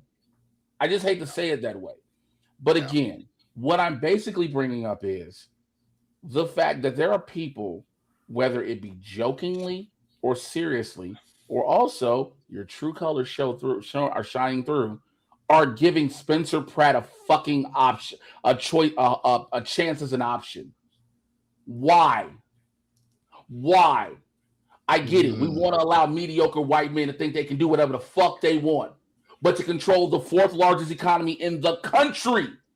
The world. Are you serious? Yeah, in the world. Because we're the largest economy in the country. We're the largest economy in the country. The fourth largest. California and Los Angeles control the fourth largest economy in the world. And you want a motherfucker who was willing to bankrupt himself because he thought a Mayan prophecy was coming to fruition? Let me say this from the bottom of my heart to whoever is watching this show right now. You can replay it. You can solo me. I do not give a damn. I've been trying to hold my tongue this entire episode. Let me say this from the bottom of my heart. If you voted for Spencer Pratt thinking it's a good thing, you can literally consider yourself dead to me because you are trying to wish for the worst. You're telling me your whiteness, because more than likely you got to be a white person. If you're a black person, you're a motherfucking moron. But remember the people from Inglewood were asking where Spencer Pratt was on the ballot. So there was some dumb niggas in there. But like I said, motherfucking moron. It applies to you, especially to the black people. Like,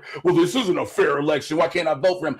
Bitch, move. Learn your different zip code. Then maybe you could have voted for him. And if you still would have voted for him, you can get hit by a bus blindfolded. Now, we are running through this situation We are running through this shit with Trump being in office again because you bitches the first time was like, oh, what harm can a failed reality TV show and multiple time failed businessman do? How much harm can he do as fucking president? And we're living Sir, this nigga spitting.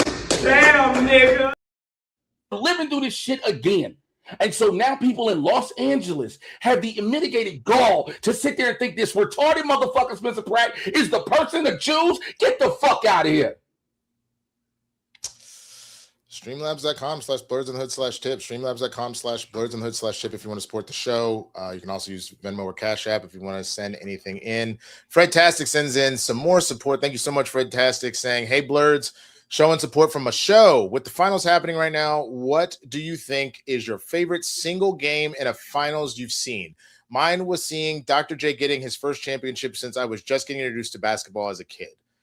You already know where I'm going, baby. Come on. You can try to say yours. I'm assuming you were going to say flu game.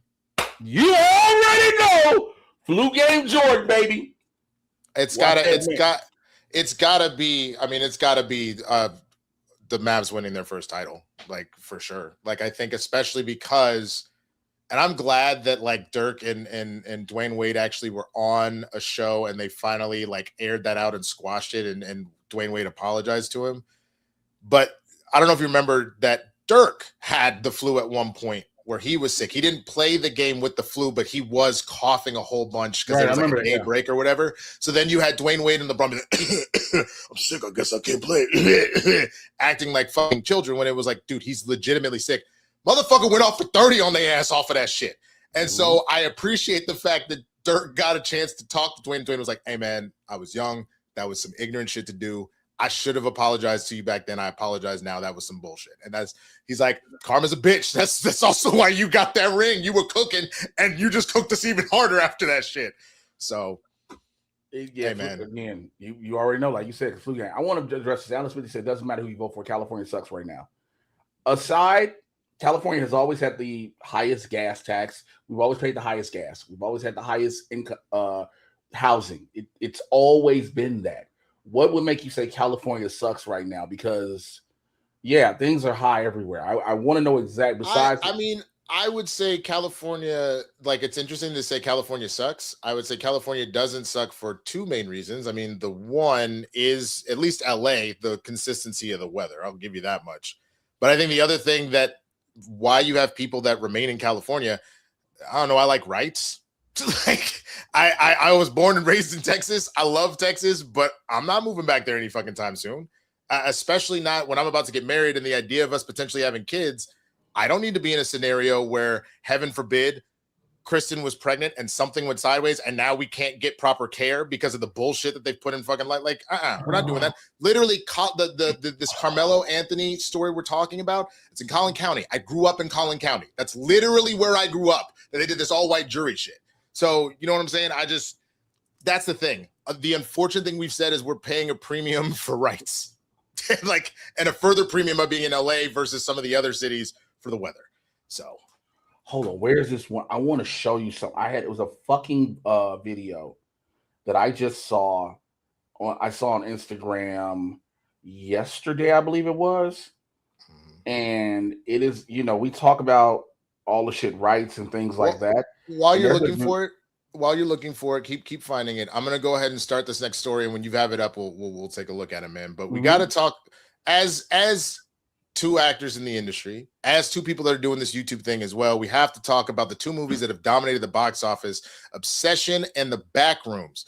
Now, for those that aren't familiar, Obsession, you've got written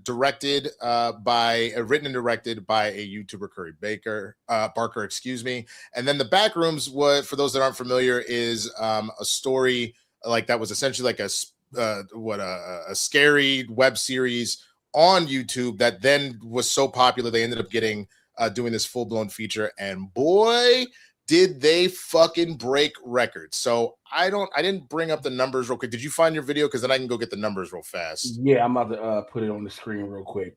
Okay, great. So just to know some of the things that they've done, and again, I will get to the further numbers here. The Backrooms has become A24's highest grossing film of all time domestically in 5 days. Yep. 5 fucking days. 5 days. Did the Backrooms end up doing those kind of numbers? But let's see. Hold on. I want to bring up this thing with Obsession and Backrooms because the numbers they put out are kind of ridiculous, and then leads into an interesting conversation just about where does Hollywood look kind of going forward, man. So Obsession was made for $750,000. It wasn't even $1 million movie. They have so far grossed $156 million as of this story that was written today. It's at $156 million. Do you understand how many? That's 156 times its budget. That does not happen. And they also did something that was unprecedented. Movies never see their. You need to step out. Just go. Just keep talking. That's fine. That's fine. Movies never on the next weekend or any subsequent weekends go up in their box office. There is always a drop. The fact that it had, I believe, the box office increased by like 80% from weekend 1 to weekend 2 for Obsession, and again has continued to make money every single fucking weekend. It is genuinely just fascinating to see. And I saw Obsession, man. I actually saw it today. Fuck. That shit is disturbing. It is good. It is very good, but Jesus, is it disturbing? Have you seen it yet? No, I have not. I got it. I just no. Here. I did this. I just clicked on myself. So now. Okay. I heard about it, and I haven't seen it. I haven't seen either one yet, but I've heard it's being labeled as incel horror. That's exactly what. That's actually a very good, because I was sitting here thinking, what am I going to talk about in my review? Because I'm going to do a review of it. It'll be up on my channel. I'll do my plugs later. The quick version of the story, guys, without giving too much away or any of the twists. It's a monkey paw type movie where this guy's in love with this girl. She's really not interested, so he makes a wish, and the wish is for this girl to love him. Love him more than anybody else on the planet. Well, in doing so, it's a monkey paw type situation. It does not give him exactly what he wants. She does love him, but it goes completely sideways. Right. It very much feels like incel horror, because when you start to listen, when you watch the movie and you see all these other little things that are like happening throughout the movie, it was like, first of all, my nigga, you had somebody else that was interested in your ass and you ignored her the whole time and was a better fit for you in the first place. And second of all, you really set this up in a way where it's like, she's going to be mine and nobody else's and blah, blah, blah. And I'm like, yo, this really does feel like it's a horror film, bro. So, man, it is really good, but it is very disturbing. I'm going to watch it. I saw, like I said, I saw the incel horror thing and how people are judging it. And they're like, it's a whole genre, because there's several movies that are like that, because there are several horrors where it's the whole thing is the guy feels obligated to the woman, where he feels like he should have her no matter what, and her own, things like that. I'm like, that's pretty fucked up. That's real life, but to have it as film. But let me show you this real quick sidebar. This is a video I saw from a comedian named Blake Wexler. Let me see. God damn it. I'm trying to make it go. I don't know how to. I'm used to. What are you trying to do? Make it full screen? Yeah. Give me a second. Hold on. Yeah, I used to know how to make these damn things full screen. Yeah. I will. Give me 1 second. I will go to a page, and this is the one I'm going to go to. There you go. Listen to this. Telling us that they're denying coverage for our twins staying in the NICU, and if you thought that was inhumane, you're right. But listen to this. They didn't address it to me or my wife, like human adults. They addressed the letter to the baby. Sadly, I guess it is appropriate that our preemie baby's first experience in the world is having its healthcare coverage denied. I guess my only other question for United Healthcare is that if the baby was still in the womb, would you have sent the letter to my wife and had her eat it in order to get it to the baby? So my wife and I just got a letter from United Healthcare telling us that they're denying coverage. That's crazy, bro. That's absolutely fucking crazy. Bruh, address the letter to the baby. I mean, and you wonder why we have a Luigi. I was gonna say hashtag free Luigi. I just it's United Healthcare. Yeah. Yep. That's shit, dude. They clearly learned nothing. Is what we've gotten out of this. They're doing the same shit, different day, man. But yeah, I ask you this, man, because this is the whole thing. So you're talking about two different projects now, and within a couple weeks of each other, that came out of the internet sphere and have launched at the forefront of like the movie box office for these last couple of weeks. Do you think this is going to have a major shift on the industry, or what do you think? So, yes and no. And here's why I say this. You are going to have these legacy directors, number one, but you're also going to have these up and coming, about to break through directors who are always going to be at the forefront. I think this may be, until it happens more frequently, I think this is a ripple in time. And not dismissing either one of them's accomplishments, because, again, for them to make the money they've made and the profit they've made in such a short time on such a small budget is immensely incredible. But I think right now, because the consumer is clamoring for something that's not the norm. I think the other thing with it too, though, is, because I mentioned this when I was talking to Roke about it yesterday. I think we need, like, the problem is a lot of these execs are not opening their eyes to actually see what the culture's feeling, to quote Kendrick. Because think about how many of, like, the mega stars of this generation are actually all internet folks that launch. So first of all, if you want to just talk from music, the first one that comes to my mind, even though he's a little bit of a crash out and a druggie now, is Justin Bieber. Like, the fact that he was discovered playing drums on YouTube and then became one of the biggest musical artists in the world. Right. But specifically when you're talking Hollywood, Issa Rae, Misadventures of Awkward Black Girl, starts a web series on YouTube, then does her own kind of website, and then next thing you know, Overall Deal does Insecure and is who she is. Yes.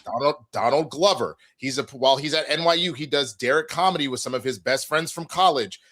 All those sketches go well enough that it catches the eye of Tina Fey, ends up writing for 30 Rock, and then becomes fucking Donald Glover / Childish Gambino. Quinta Brunson, she goes and she starts with BuzzFeed, which BuzzFeed was primarily on YouTube, but then breaks off herself, does her own sketches, ultimately ends up on Black Lady Sketch Show, and then fucking writes Abbott Elementary and is who she is now at this point. There have been a number of instances that if you actually are paying attention to these people that have garnered audiences and that are doing good work, they will bring the fucking audience, but you have to pay attention to that. And this is that thing. You don't need a $200 million budget. You just need a solid motherfucking idea and a decent amount of money and somebody that's hungry to make that shit happen. To piggyback on that, you just need more A24s and more neons. Because if you're looking at it, you get, Quinta gets ABC and everything with Abbott, right? And Disney. Issa gets Warner. Donald Glover gets Broadway. She's now at, I don't know if you knew, she's over at Paramount. Paramount now. She's over at Paramount. But I'm just saying the initial deal. Yeah. And then it took, Issa has to have the co-sign of Larry Wilmore at the time.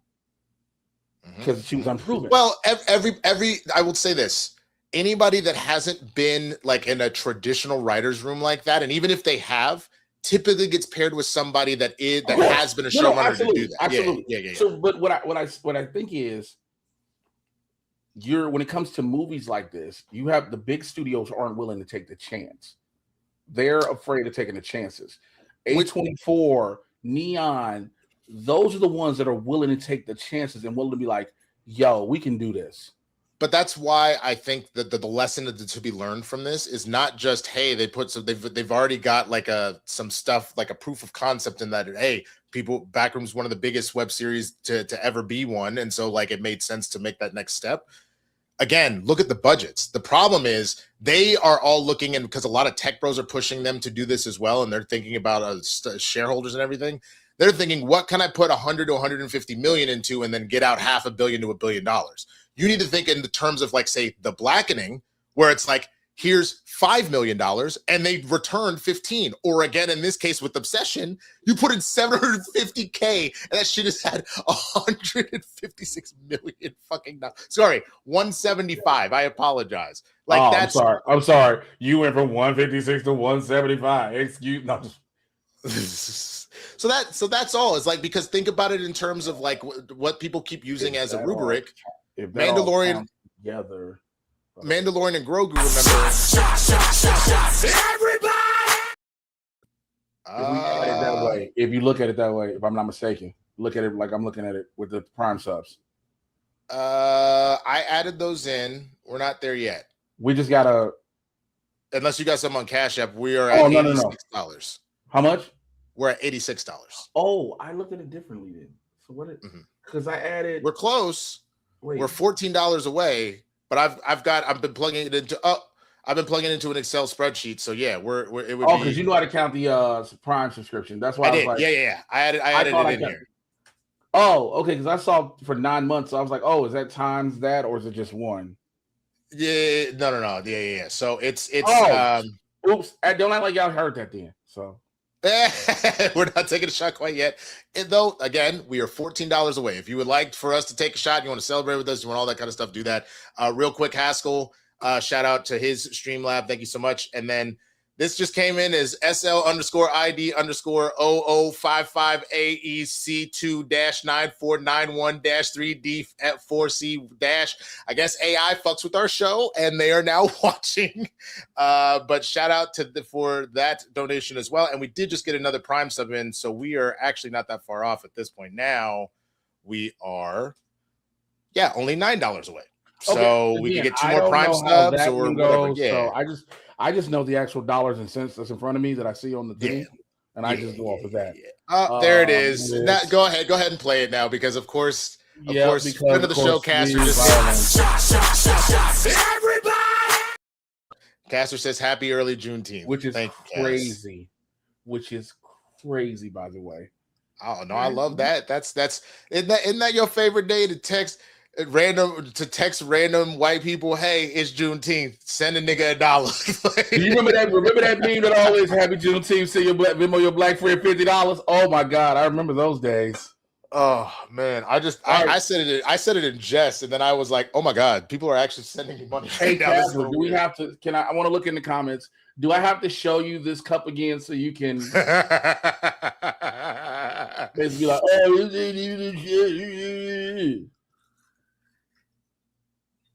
hey, this is crazy. This is crazy. Take a shot and a half of the premature. Damn. Okay, Kazzer, can you see? Oh, I gotta go above the head. Because I don't want to hear his fucking mouth. Cheers.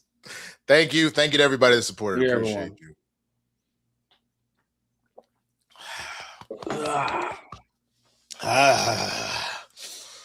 Ooh, Lord. This hit me right in my chest. All right. Well, while we're talking about movies, I want to do something new on the show. I want to take some time and do something different. Okay. So we're going to try to do a few different things to get you guys to be engaged with it, as well as have a little fun between the two of us. I don't know if Winston's seen this one. So I saw it was there, but I didn't open it. Make a movie with only $1,000. Other way. You're leaning the other way. You just blocked yourself. Unless you're trying to block yourself. There you go. No, am I this way? Yeah, that's where you want to be. Too far. Just sit straight up. Right there. Don't move. No. Right there. Now you're in the frame. There you go. Okay. According to what I see, I'm not, but whatever. So you can make a movie with $1,000. So you have director, a lead actor, and a lead actress. Now these are the choices, because this will also be on the podcast. For $500, you can do Ryan Coogler, $300 Tyler Perry, $400 F. Gary Gray, $400 Jordan Peele. For lead actor, for $500 Lorenz Tate. For Kofi Siriboe, $200. Daniel Kaluuya, $300. Michael Ealy, $400. Lead actress, Nia Long, $500. Gabrielle Union, $400. Regina Hall, $300. And Jada Pinkett Smith, $200. All right. So you have $1,000 to make a movie. Okay. I'm going. See, the problem is they did this wrong. You don't have enough numbers there to like you gotta fluctuate. You know what I'm saying? Like, give me like a 5, 4, 3, and 2. You know what I'm saying? I know what you're saying. Yeah, I'm just going off of what I know, but that's why I presented it as because the problem is it then kind of forces me, if I want Ryan Coogler, the only other options is either I have no lead actress, which doesn't make sense. Yeah, or so no that I lead have actor. to go. That I Or have to no go. lead actor. Or no lead actor. But I'm just kind of looking at the math. It's either then I go Jada and Daniel, or I go Kofi and Regina if I want to do a Ryan Coogler movie. But I think for that reason, then I'm going Jordan Peele, Daniel, and Regina. That's gonna be my movie. Shouts out to they're on. Okay. Shouts out to Wiley OFC with the super chat. Did not know they were on. Just give me. It might be. We're streaming on my channel too, so it may have come through that way. Oh, okay. Yeah. But dope. So just give him Coogler and Union, and that's who we got. Okay, so that's his. That's what I'm saying. So yours again is Peele, Kaluuya, and Hall. Yeah. If I only got $1,000, Peele, Kaluuya, and Hall. Yeah. No, you know what? Damn. Yeah, that's the same one I got. Because I know the horror movie I want to make with them two is going to be the horror movie made with them will be insane. I think Regina Hall has had her funny horror movie moments out of Scary Movie, but I think I know people feel some type of way about One Battle After Another, but I know she's done other serious movies, but just seeing her in that just reminded me of how good of a serious actress she is, and that's all you need. Like, you could put that same thing with Daniel. Jordan and Daniel are like this, the same way that like Coogler is with Michael B. Jordan. So, all right, let's change the game. Let's change the game. So you get 1,500, so you can get a chance to really get who you want. Then why don't we say let's split it, because 15 would just mean you can get all the 500s. Why don't we say you get 1,200? Because even just 12. Let's do 12. Shout out to Dwayne, our producer Dwayne. Dwayne says F. Gary Gray, Daniel Kaluuya, and Regina Hall in a Fast and Furious prequel about Roman's parents. Ooh. That's actually amazing. So then you get Tyrese for free. Oh, you know he's just gonna do it. I just want to be there. Well, no, he needs the money. No, he needs the money. That's why he was pressuring them to do more Fast movies when at the time they were trying to do all that. So okay, if I got $1,200, then I'm going Coogler, Kaluuya, and then Gabrielle Union. $1,200. I'm going action hard. I'm going F. Gary Gray, Michael Ealy, and Gabrielle Union. I like that. That would, I mean, Ealy and Union as like they are fantastic together because they've done a couple movies together at this point. Oh, and Gabrielle Union. When I think of action, I've loved Gabrielle Union's body of work. Again, I go back to all of the early aughts with the Deliver Us from Eva. Breaking all the rules, all the things. But when she hit as Sid in Bad Boys 2, that changed the way I saw Gabrielle, and I wish I saw her more. I didn't get a chance to see the series that she had done from Spectrum, but you get what I'm saying? No, I get it. But that's why I liked Kaluuya and Union, because Kaluuya obviously has done plenty of action, both the horror action that you got out of, say, Get Out and or Nope. But like he was in Black Panther, like the moments obviously that he has in like it's not action based, it's more like drama, but obviously oh my god. Civil rights movie, Jesus Christ, he won his Oscar for it. Judas and the Black Messiah. Thank you. Jesus. So I don't know why my brain fully wiped as the shot did it. But yeah, I would say, Dwayne gave some. Dwayne goes, did you already say this? You did about the Roman's parents thing. Okay, yeah. We hungry. That's hilarious. I didn't realize that Dwayne said it. I thought that you had just read that from somebody else. That was my fault. Okay. Okay. It was my fault. Leave me alone. Okay. Hush. But Haskell, if your guts and glory, then that did come through. He asked if the Prime sub came through, but yeah, that'd be it. Man, I wish there were some other ones that like some other instances of this, because I would love to play this game again. This specifically with the whole black. If I can find one real quick while we go ahead and talk. I'll yeah, because the only thing we got left is the Karens into do our plugs. Because like where I would go outside of this that I was thinking is like, I would love to throw Michael B. Jordan in the mix. I would love to throw Nia Costa in the mix. For directors. I would love to honestly new young face like Chase Infinity. You could do it for like 100 just because she's newer. But I thought she was fantastic in one battle. So like I would love to see that kind of stuff, man. You know what I mean? So someone goes, can we this kills me. Can we trade Jada for Megan? Megan who, the Stallion? No, nigga, good. Oh.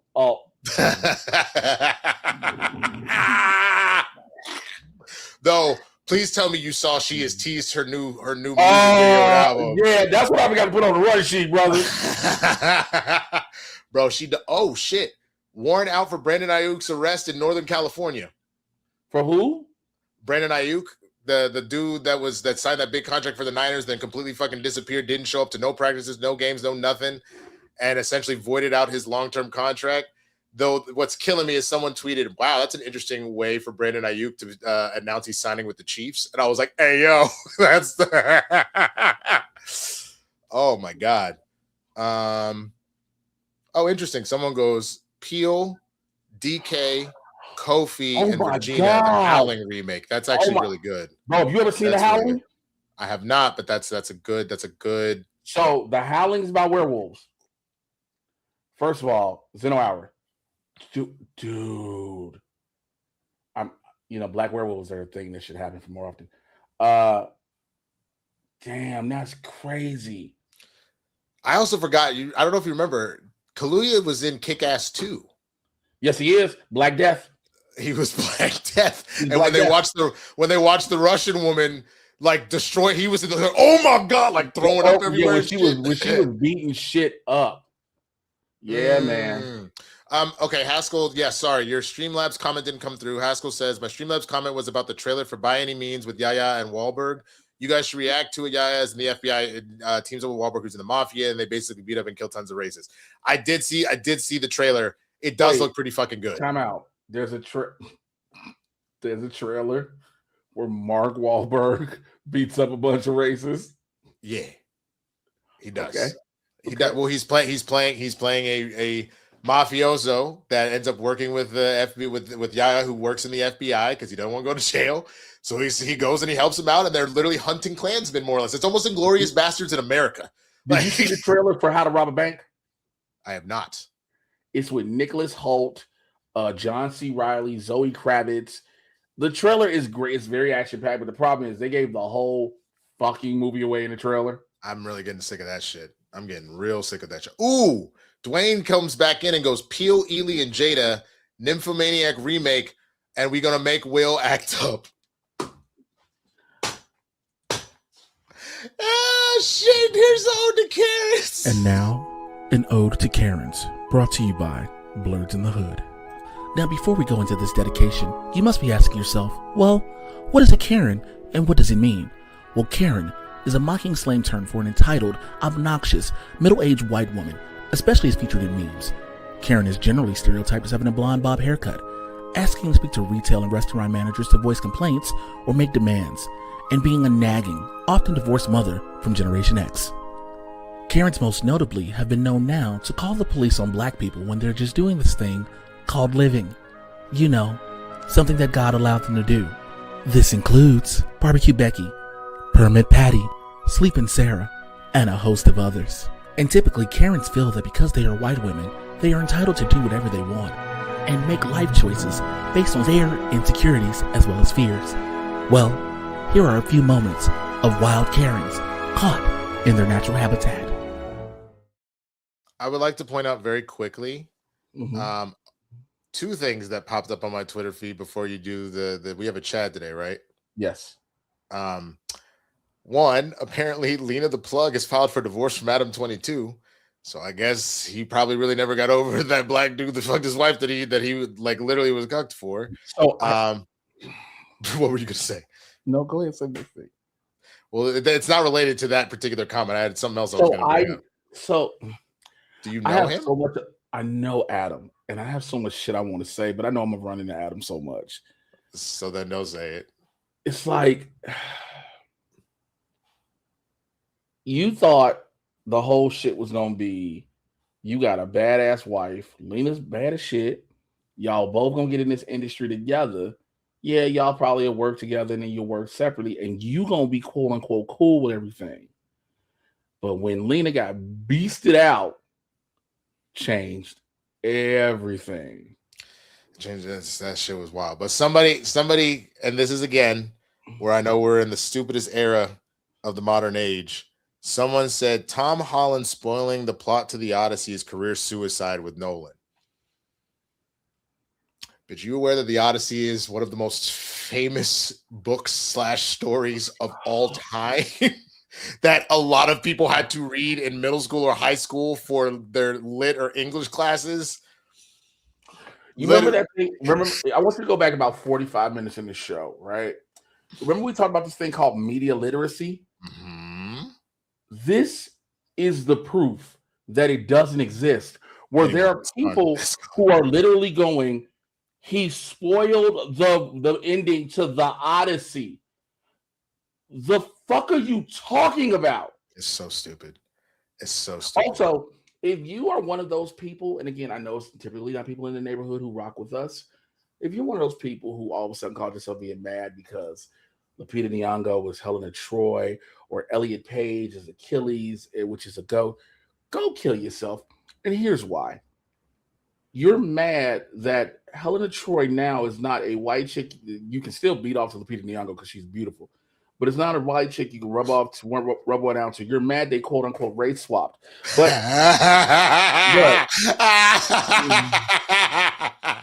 Casper said I was so bad. I was so bad when someone spoiled the Passion of the Christ for me. Fantastic, Casper. Applause. But here's the thing. You're mad that they race swapped for the movie, especially first going off to Lupita Nyong'o from a white woman to a black woman. But what you're not bringing up is Helena Troy was hatched from an egg. You ain't got a problem with that one. Shut the fuck up. And right, I forgot about that. Helena Troy was hatched from an egg. Also, Achilles, you're mad because you can't beat off to him being Brad Pitt. But Achilles is a ghost, not even an essential part of the story. But you're mad at that it's Elliot Page. You probably won't be in that long. For people who do these things, who get mad at shit like that, what the fuck is wrong with you? And I try not to swear a lot during this episode, but it's like, what is wrong with you? What is wrong with you? Y'all, you just want to. I saw somebody said Nolan's career is over and has gone woke because of the Odyssey, and the Odyssey will be one of the biggest flops. I said, are you talking about the same Christopher Nolan, one of the most iconic directors in film history? So let me play this chat. This is a quick one. Do it. This is a chat that I should be upset with. We should all be pissed with. However, you like, touche, my good man. Touche. All right. Ready? Let's see it. Meth head. Nigga, I'm a fucking electrician. I'm going there and shut this whole motherfucker down. Right now. Listen, they're busting their ass working. They trying. Get out.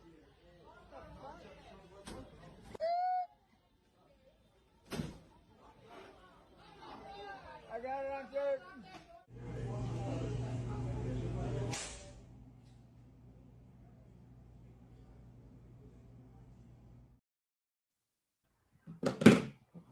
He legitimately cut the power off. So I'm like, fuck him for dropping the N-bomb and shit, but he literally put his money where his mouth was. I bet you won't. You drop it in, nigga. I'm like, no, not nigga. And then you in a kilt. I think you on all the meth at that point, just randomly with no shirt on in the restaurant. But the fact this motherfucker really went and shut down the power. Holy God, bro. He said he was an electric. That's why I'm like, that's why I was like, touche. Because you kind of don't, you really like, There's this thing now where a lot of white guys and non-black guys are just trying to drop the N-bomb and be like, oh, it's just a word. You know, black people say it all the time. There's a difference from when black people say it to one another as a term of endearment to take the power from it, from when you were trying to say it as a non-black person to be offensive and mocking the culture. There's a complete difference. What did you just get that just has you cackling? Somebody sent me a tweet for Pride Month. They said, a gay bully. Give me all your brunch money.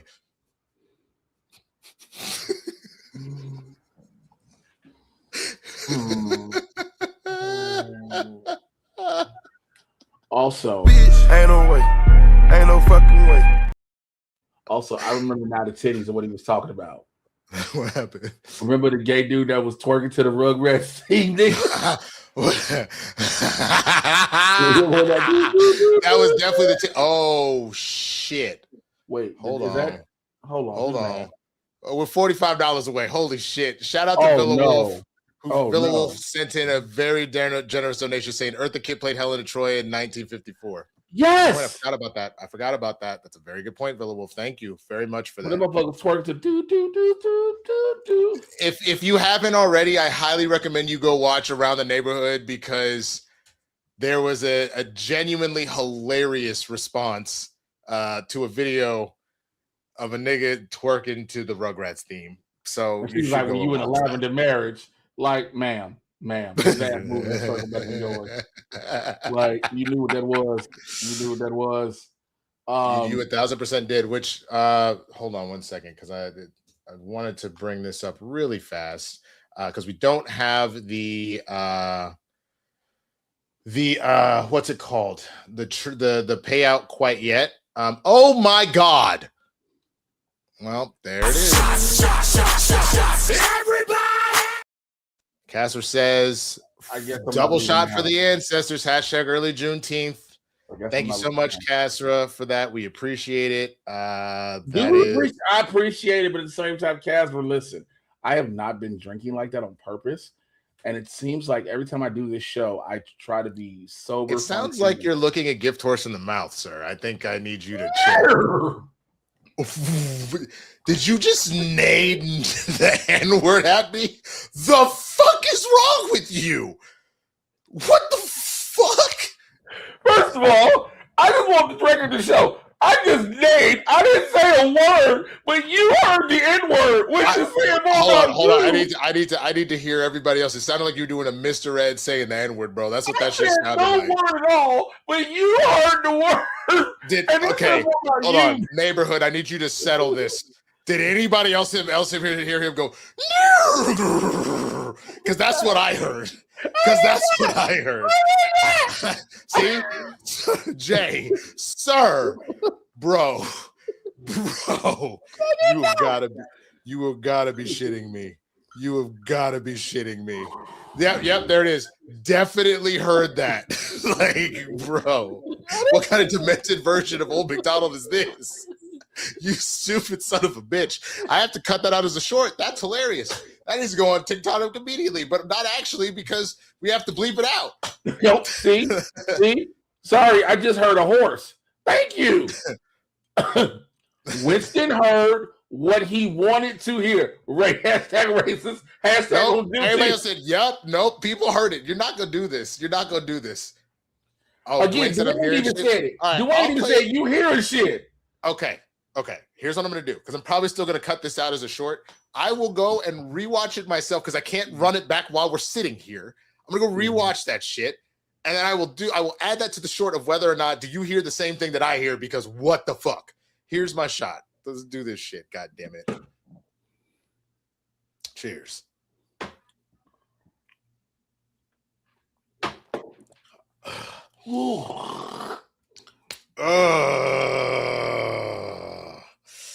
For the love of Christ. Okay. We got through all our stories. We got through our Chad. So you know what time it is, Jay. Plug your shit, man. What you got going on? I was gonna pull up the Patreon thing for people to see again. I'll pull it up just plug your shit. Cool. Because we need to shout out the Patreon as well. I'll do that. Absolutely. We just got a new one too today. To everybody who was watching, I want to say thank you first and foremost. We truly do. That was the cue. We truly do appreciate you all. If you have not done so already, please follow me on all social media platforms that you can. MrJayWashington, MrJay. You should know how to spell Washington.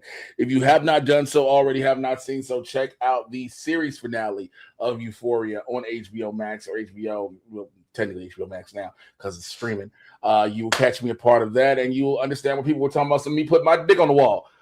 It's a funny thing, and it's, again, I'm honored and blessed and fortunate to be part of something that is historical and iconic such as that. For stand-up dates, listen, this Friday I will be back at the Hollywood Improv, but I am locking in a lot of shows right now for a lot of different cities. Louisville, Kentucky, I'm on the way to you. Bozeman, Montana, I'm coming to you. Dallas, Texas, I'm working on you. Chattanooga, Tennessee, I'm waiting on a date back from that.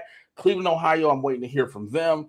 All these different cities, and a lot of cities, a lot of people have been asking me to come to, but I need for people to show me there is a demand for me in that said city. I don't want to try to book a show in a city and no one comes out. I understand how much finances and everything works. I get that part. Believe me, I do. But I need to make sure if I'm booking a show and hit a club up or a venue, I'm like, yo, I got 100, 150 people, if not more, that want me to come out to the city.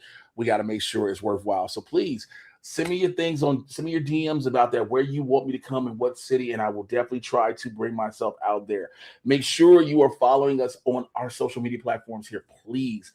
The Blerds in the Hood YouTube channel, the Blerds in the Hood Instagram channel, the podcast feed. I am re-updating it now. You can listen to all of the Blerds in the Hood episodes on YouTube Music as of right now. I am uploading the back library onto Spotify, so you can hear those as well and see those also. So you can have all the ways to stay in touch with Blerds in the Hood. I need you all to do all of those things, and stay tuned for more information coming from me. Also, I will be doing, if you're in Hollywood, I will be a guest speaker for an amazing panel about Hollywood artists and trying to make it and deliver creatives in the industry and thus forth. I will have more information that is on my social media.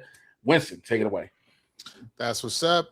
You can find me at TheSwaggyBlerd on all platforms. I will be recording my Obsession review tonight, and I'll have that up tomorrow, so don't miss that. Tuesdays, I'm over on the John Roca channel doing Spill the Tequila. Wednesdays, I'm here with Jay doing Blerds in the Hood. Don't miss that. Fridays, I'm with Christian Harloff doing his show.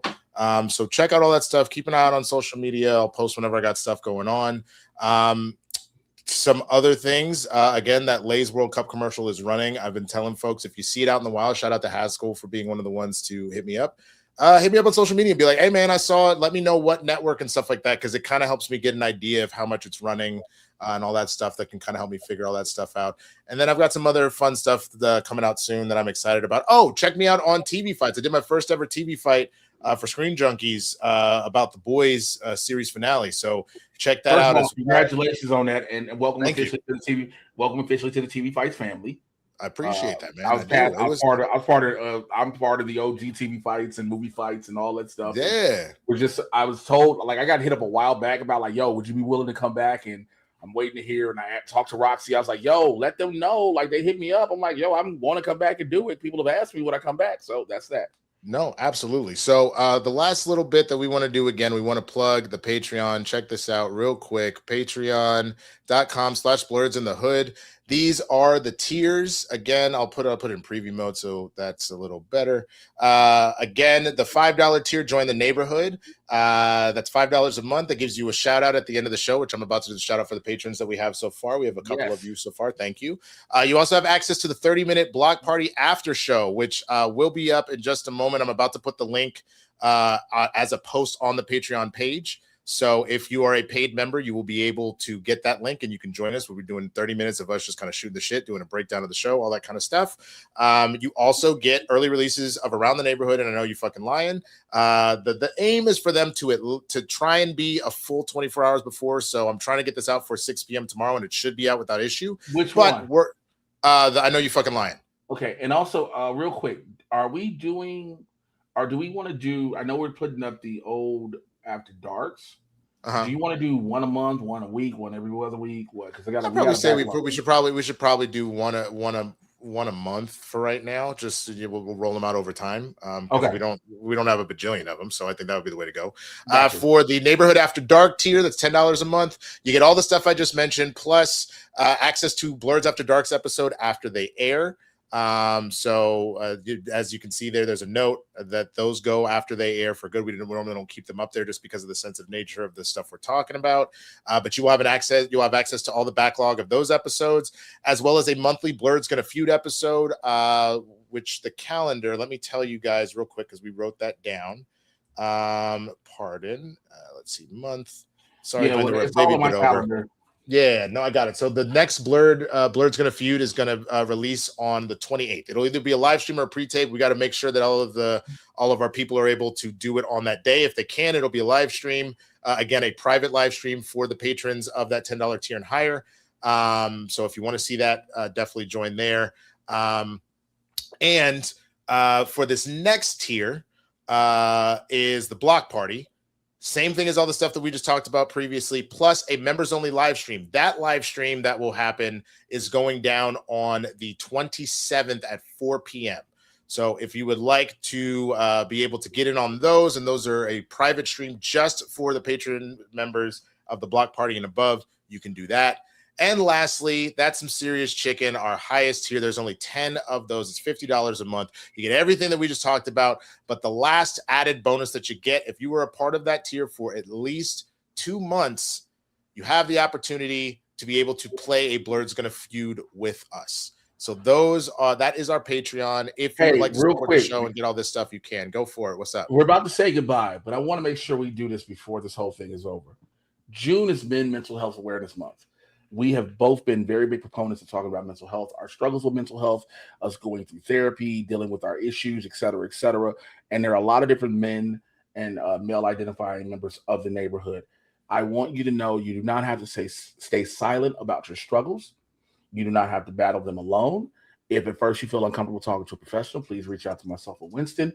Please know that you have someone here. A lot of men suffer in silence because of the shame they either self-inflict or they feel that society will put on them. I do not want anyone to worry or to struggle or to suffer. Every week throughout the month of June, I will do my best to remind you all that you all can reach out to either one of the Blerds. Hit us in our DMs personally or hit the DM on the Instagram. If you need to talk, we will be there for you guys. I apologize for interrupting that. I just wanted to make sure you're good. I got this out. You were 100% good. Let's see. It was, I just want to check one last thing. Yep, great. Okay. I just posted. Send it to the Blerds in the Hood. Send it to the email.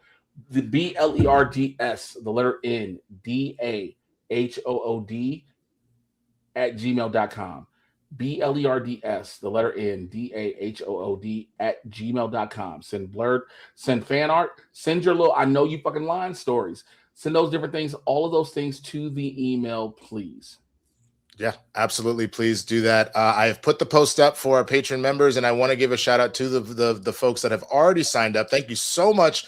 Wow, we just had an influx of support today. So shout out to Andy F., who joined the Patreon last week, Zure, who joined last week, Original Shinobi, who joined last week, and then we had 2 additions today, Mike Joyce and Lyle. Thank you so much, all of you, for doing that. You don't understand how much it means the world to us, and it is going to allow us to be able to do even more things with the show. We will be. I will be adding a server and making that very soon. Do not worry. Once it's made, you will get the information on the Patreon of how to join that. Absolutely. So do we have one already? Cheryl would know. Our mod, Cheryl might know. I don't remember off the top of my head, but we'll figure that out. We got individuals, but I don't know if we have the. Yeah. But all I was saying is, again, the post is up. The link is up for that stream. So as soon as this wraps, which is happening in just a second here, give us about a minute or so. We will start that stream up, and you'll be kicking it with us for the next 30 minutes to those Patreon members. So again, thank you to everybody for joining us today. As Jay said, please check on your health, mental and physical. All of that is incredibly important. Vote. Shit, I know it's already over like this past Tuesday, but there's other primaries that are coming along. Handle that shit, man. And go Knicks. Bye, bitch. Bye, bitch.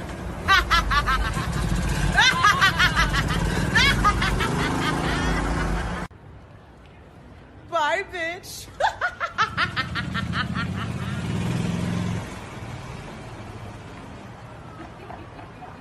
Bye, bitch.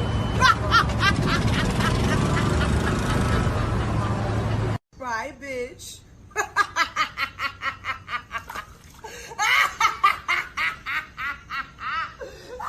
Bye, bitch.